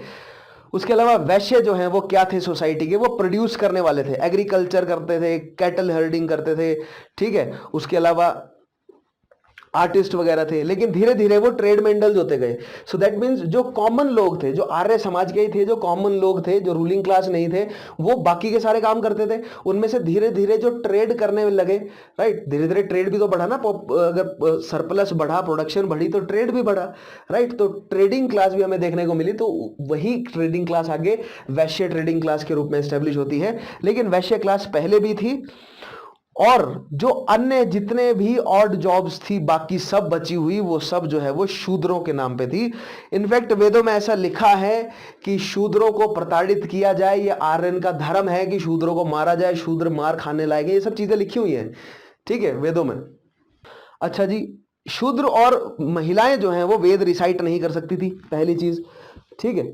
और शूद्रों को केवल जो राजा या जो बड़े लेवल पर अगर कोई सेरेमनी चल रही है वहां पर इनवाइट किया जाता था, ठीक है। राजाओं को भी तो जोड़ के रखना है ना शूद्रों को, क्योंकि अगर कहीं युद्ध होता है तो शूद्रों की जरूरत पड़ती है, कोई बड़ी संख्या में जरूरत पड़ती है राजा को अगर अपने प्रजा की, तो शूद्र भी एक हिस्सा है प्रजा का, तो उनको भी जोड़ के रखना है। इसीलिए एक एटलीस्ट सेरेमनी जिसमें अगर राजा का कोरोनेशन हो रहा है, यानी कि अगर राज्याभिषेक हो रहा है राजा का, तो वहां पर शूद्रों को इन्वाइट किया जाता था, ठीक है। अच्छा जी, आर्टिस्ट जो है वो रथकर, जैसे रथ बनाने वाले जो आर्टिस्ट थे उनको स्पेशल जगह थी सोसाइटी में। क्यों? क्योंकि रथों के बेसिस पे ही आर्य जीते थे, और रथ बनाने की जो कला है वो बहुत इंपॉर्टेंट थी आर्यंस के लिए। अच्छा, लेटर वैदिक पीरियड में अन्य देखिए, फैमिली में पावर फादर के पास जो है वो बढ़ती गई, और प्रिमोजेनिचर यानी कि जो ज्येष्ठ पुत्र है वही आगे जाकर लीडर बनेगा फैमिली का, ये प्रथा जो है वो चलती थी। मेल एंसेस्टर्स की वर्शिप शुरू हो गई, यहां पर जो है वो पूर्वजों की वर्शिप शुरू हुई है, और उसमें से भी मेल पूर्वजों की। देख रहे हैं आप, फैमिली में मेल्स का डोमिनेशन इतना ज्यादा है कि जो मर गए हैं उनकी भी पूजा करनी है, राइट। तो यहां पर वर्शिप ऑफ मेल एंसेस्टर। उसके अलावा महिलाओं की सिचुएशन धीरे धीरे घटती गई, गोत्र सिस्टम यहां पर आया। गोत्र शब्द का मतलब होता है काओ पेन, यानी कि काओ का बेड़ा, ऐसा बेड़ा जहां पर पूरे क्लैन की गायों को बांधा जाता है, उसको कहा जाता है गोत्रा, यानी जहां पर गायें रहती हैं या रखी जाती हैं, राइट। और गेस्ट को कहा जाता है, यहां पर ध्यान से देखिएगा, गेस्ट को कहा जाता है गोवदना, ठीक है। तो गेस्ट के आने पर उनको उन्हें कैटल्स फीड किए जाते थे, राइट। तो ये एक बहुत इंपॉर्टेंट पॉइंट है। यहां पर ऑक्सीगैमी की प्रैक्टिस चल पड़ी। ऑक्सीगैमी की प्रैक्टिस का क्या मतलब है कि सेम गोत्र में शादी नहीं करनी है। ऑक्सीगैमी की प्रैक्टिस जो है वो बहुत प्रचलित हुई, और ये आज तक भी चल रही है। ये लेटर वैदिक पीरियड में शुरू हुई थी, ये आज तक चल रही है कि सेम गोत्र में शादी नहीं की जाएगी। उसके अलावा 4 आश्रम सिस्टम आया जीवन को जीने का, ब्रह्मचारी, गृहस्थ, वामप्रस्थ और सन्यासी। ये हम जानते हैं, 25 साल तक ब्रह्मचार्य का पालन, फिर 25 साल तक गृहस्थ जीवन, फिर 25 साल तक वामप्रस्थ, और फिर 25 साल तक सन्यासी जीवन। अंत में देखते हैं कल्चर। तो इंडो यूरोपियन टेक्स्ट जो हैं, यानी कि वैदिक टेक्स्ट जो कि ऋग्वेद हैं, ठीक है, Iranian text, Jain Avesta, Greek text, Homer की ओडिसी और इलियड, तो मैंने आपको बताया ये सब जो है वो हमें जानकारी दे रहे हैं आर्यन लोगों के बारे में। और इन सारी जगहों पर अलग अलग समय पे आर्यन जाके बसे, और उन्होंने अलग अलग तरह की कम्युनिटी और अलग अलग तरह की आर्यंस ने जो है वो सोसाइटी का डेवलपमेंट किया। और हम भारत की ऋग्वैदिक सोसाइटी को समझने की कोशिश करते हैं। घोड़े का हिस्सा जो है वो दोनों वैदिक और लेटर वैदिक दोनों में घोड़े का जो है वो बहुत जरूरी प्रोमिनेंस था, क्योंकि घोड़े और रथों के जोर पे ही आर्यंस जीते थे, ठीक है। तो घोड़े के लिए जो अश्व शब्द इस्तेमाल किया गया है वो हमें ऋग्वेद, जैन अवेस्ता और ग्रीक टेक्स्ट तीनों में मिलता है। 215 बार घोड़ों का जिक्र है ऋग्वेद में, 176 बार काऊ का और 170 बार बैल का। पूरे के पूरे 2 श्लोक केवल घोड़ों की प्रशंसा में ही लगाए गए हैं। चैरियट्स यानी कि रथों की रेस जो है वो, वाजपेयी नाम की एक रेस हुआ करती थी, उसमें रथ जो है वो रेस किया करते थे। और यहां पर एक बहुत इंपॉर्टेंट चीज है, इनके रथ कामयाब क्यों थे? ऐसी बात नहीं है कि हड़प्पा सभ्यता के पास रथ नहीं थे या उनके पास बुलक कार्ट नहीं थे, उनके पास कार्ट थे लेकिन उनके पास स्पोक्ड व्हील्स नहीं थे, यानी कि आरेदार पहिया नहीं था। आरेदार पहिया रिलेटिवली हल्का और मजबूत होता है, तो आरेदार पहिया होने की वजह से उनके रथ जो है वो इतने कामयाब बनते हैं। स्पोक्ड व्हील्स बहुत इंपॉर्टेंट है।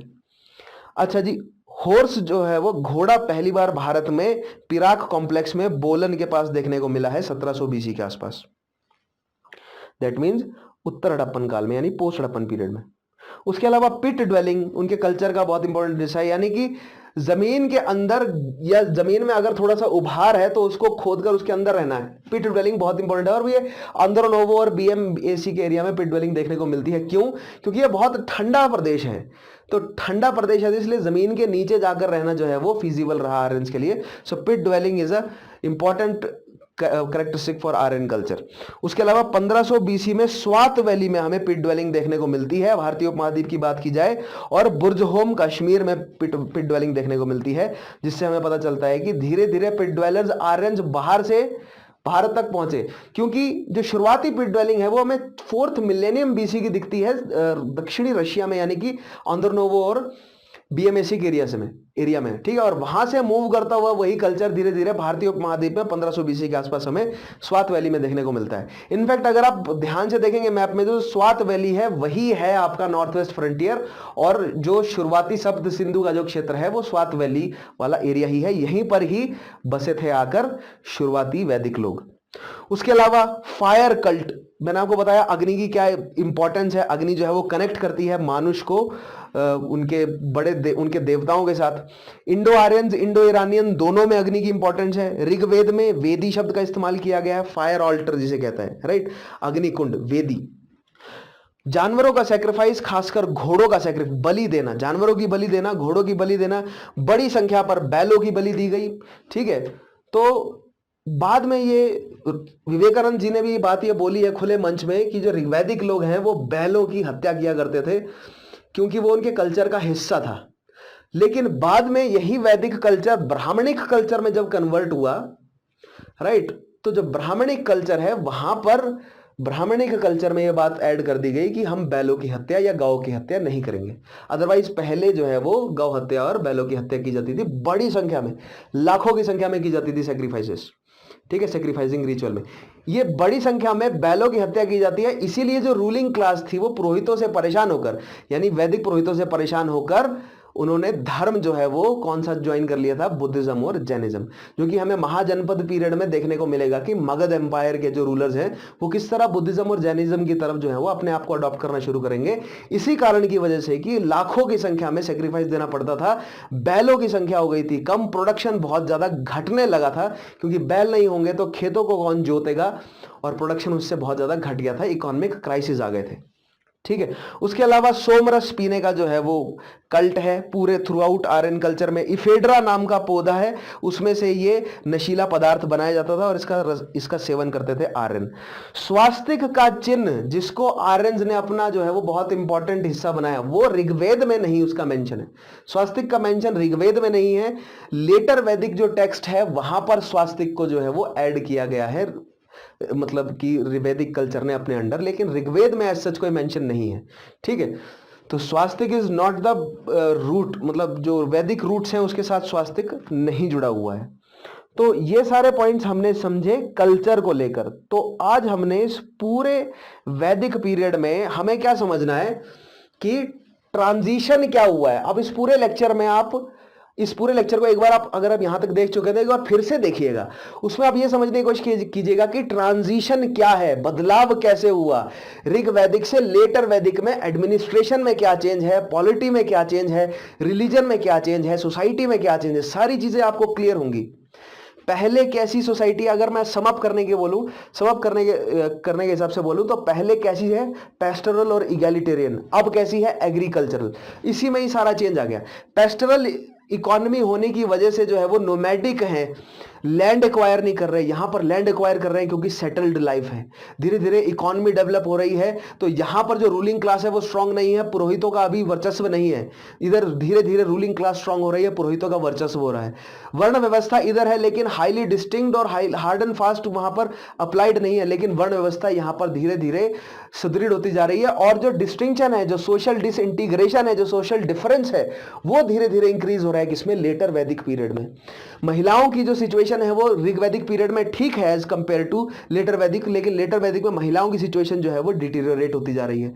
शूद्रों की सिचुएशन लेटर ऋग्वैदिक पीरियड में भी खराब है और लेटर वैदिक में भी खराब ही है। और पॉलिटिकल एक्सपेंशन मैंने आपको बोला ना किस तरह सेंट्रल एशिया से सप्त सिंधु में आए, सप्त सिंधु से दिल्ली के क्षेत्र में आए, राइट, समझ रहे हैं आप? तो लेटर वैदिक पीरियड में भी पहला फेज ऑफ मूवमेंट है दिल्ली तक और सेकंड फेज ऑफ मूवमेंट है बिहार तक, राइट। तो गंगा के मैदान में मूव किया किसने? लेटर वैदिक आर्यंस ने। वो है आर्यंस ही, लेकिन वो लेटर वैदिक आर्यंस इसलिए कहा जाता है क्योंकि लोहे की खोज होने की वजह से उनमें हर तरीके का बदलाव आ गया, रिलीजियस बदलाव, राइट, देवता ही बदल लिए। जो पहले इंद्र उनके लिए जरूरी था, अब इंद्र जो है वो उसकी इंपॉर्टेंस घट गई, राइट। सो ये सारी चीजें हमने आज के सेशन में समझी। आई होप आप लोगों को समझ आया होगा। अगले सेशन में मैं इसी तरीके का एक टॉपिक लेके आऊंगा और इसी अप्रोच से हम समझेंगे भी। अंत में मैं फिर से कहना चाहूंगा यूपीएससी के एस्पायरेंट्स के लिए कि अगर वो एक ऑनलाइन प्लेटफॉर्म ढूंढ रहे हैं तो स्टडी आईक्यू उनके लिए लेकर आया है एक online study platform, learning application study IQ की। उस पर जाके वो रजिस्टर कर सकते हैं और पढ़ सकते हैं अपने मनपसंद सब्जेक्ट्स यूपीएससी सीएससी से रिलेटेड। बहुत सारी वीडियोस है, बहुत सारा कंटेंट है, जाइए और एक्सप्लॉइट कीजिए। आजकल डिस्काउंट भी चल रहा होगा, उस डिस्काउंट का फायदा उठाइए और पढ़िए और बेहतर कीजिए अपने फ्यूचर को। आज के सेशन में केवल इतना ही। मेरा नाम है विशाल चौहान, मिलते हैं अगले सेशन में। Take care.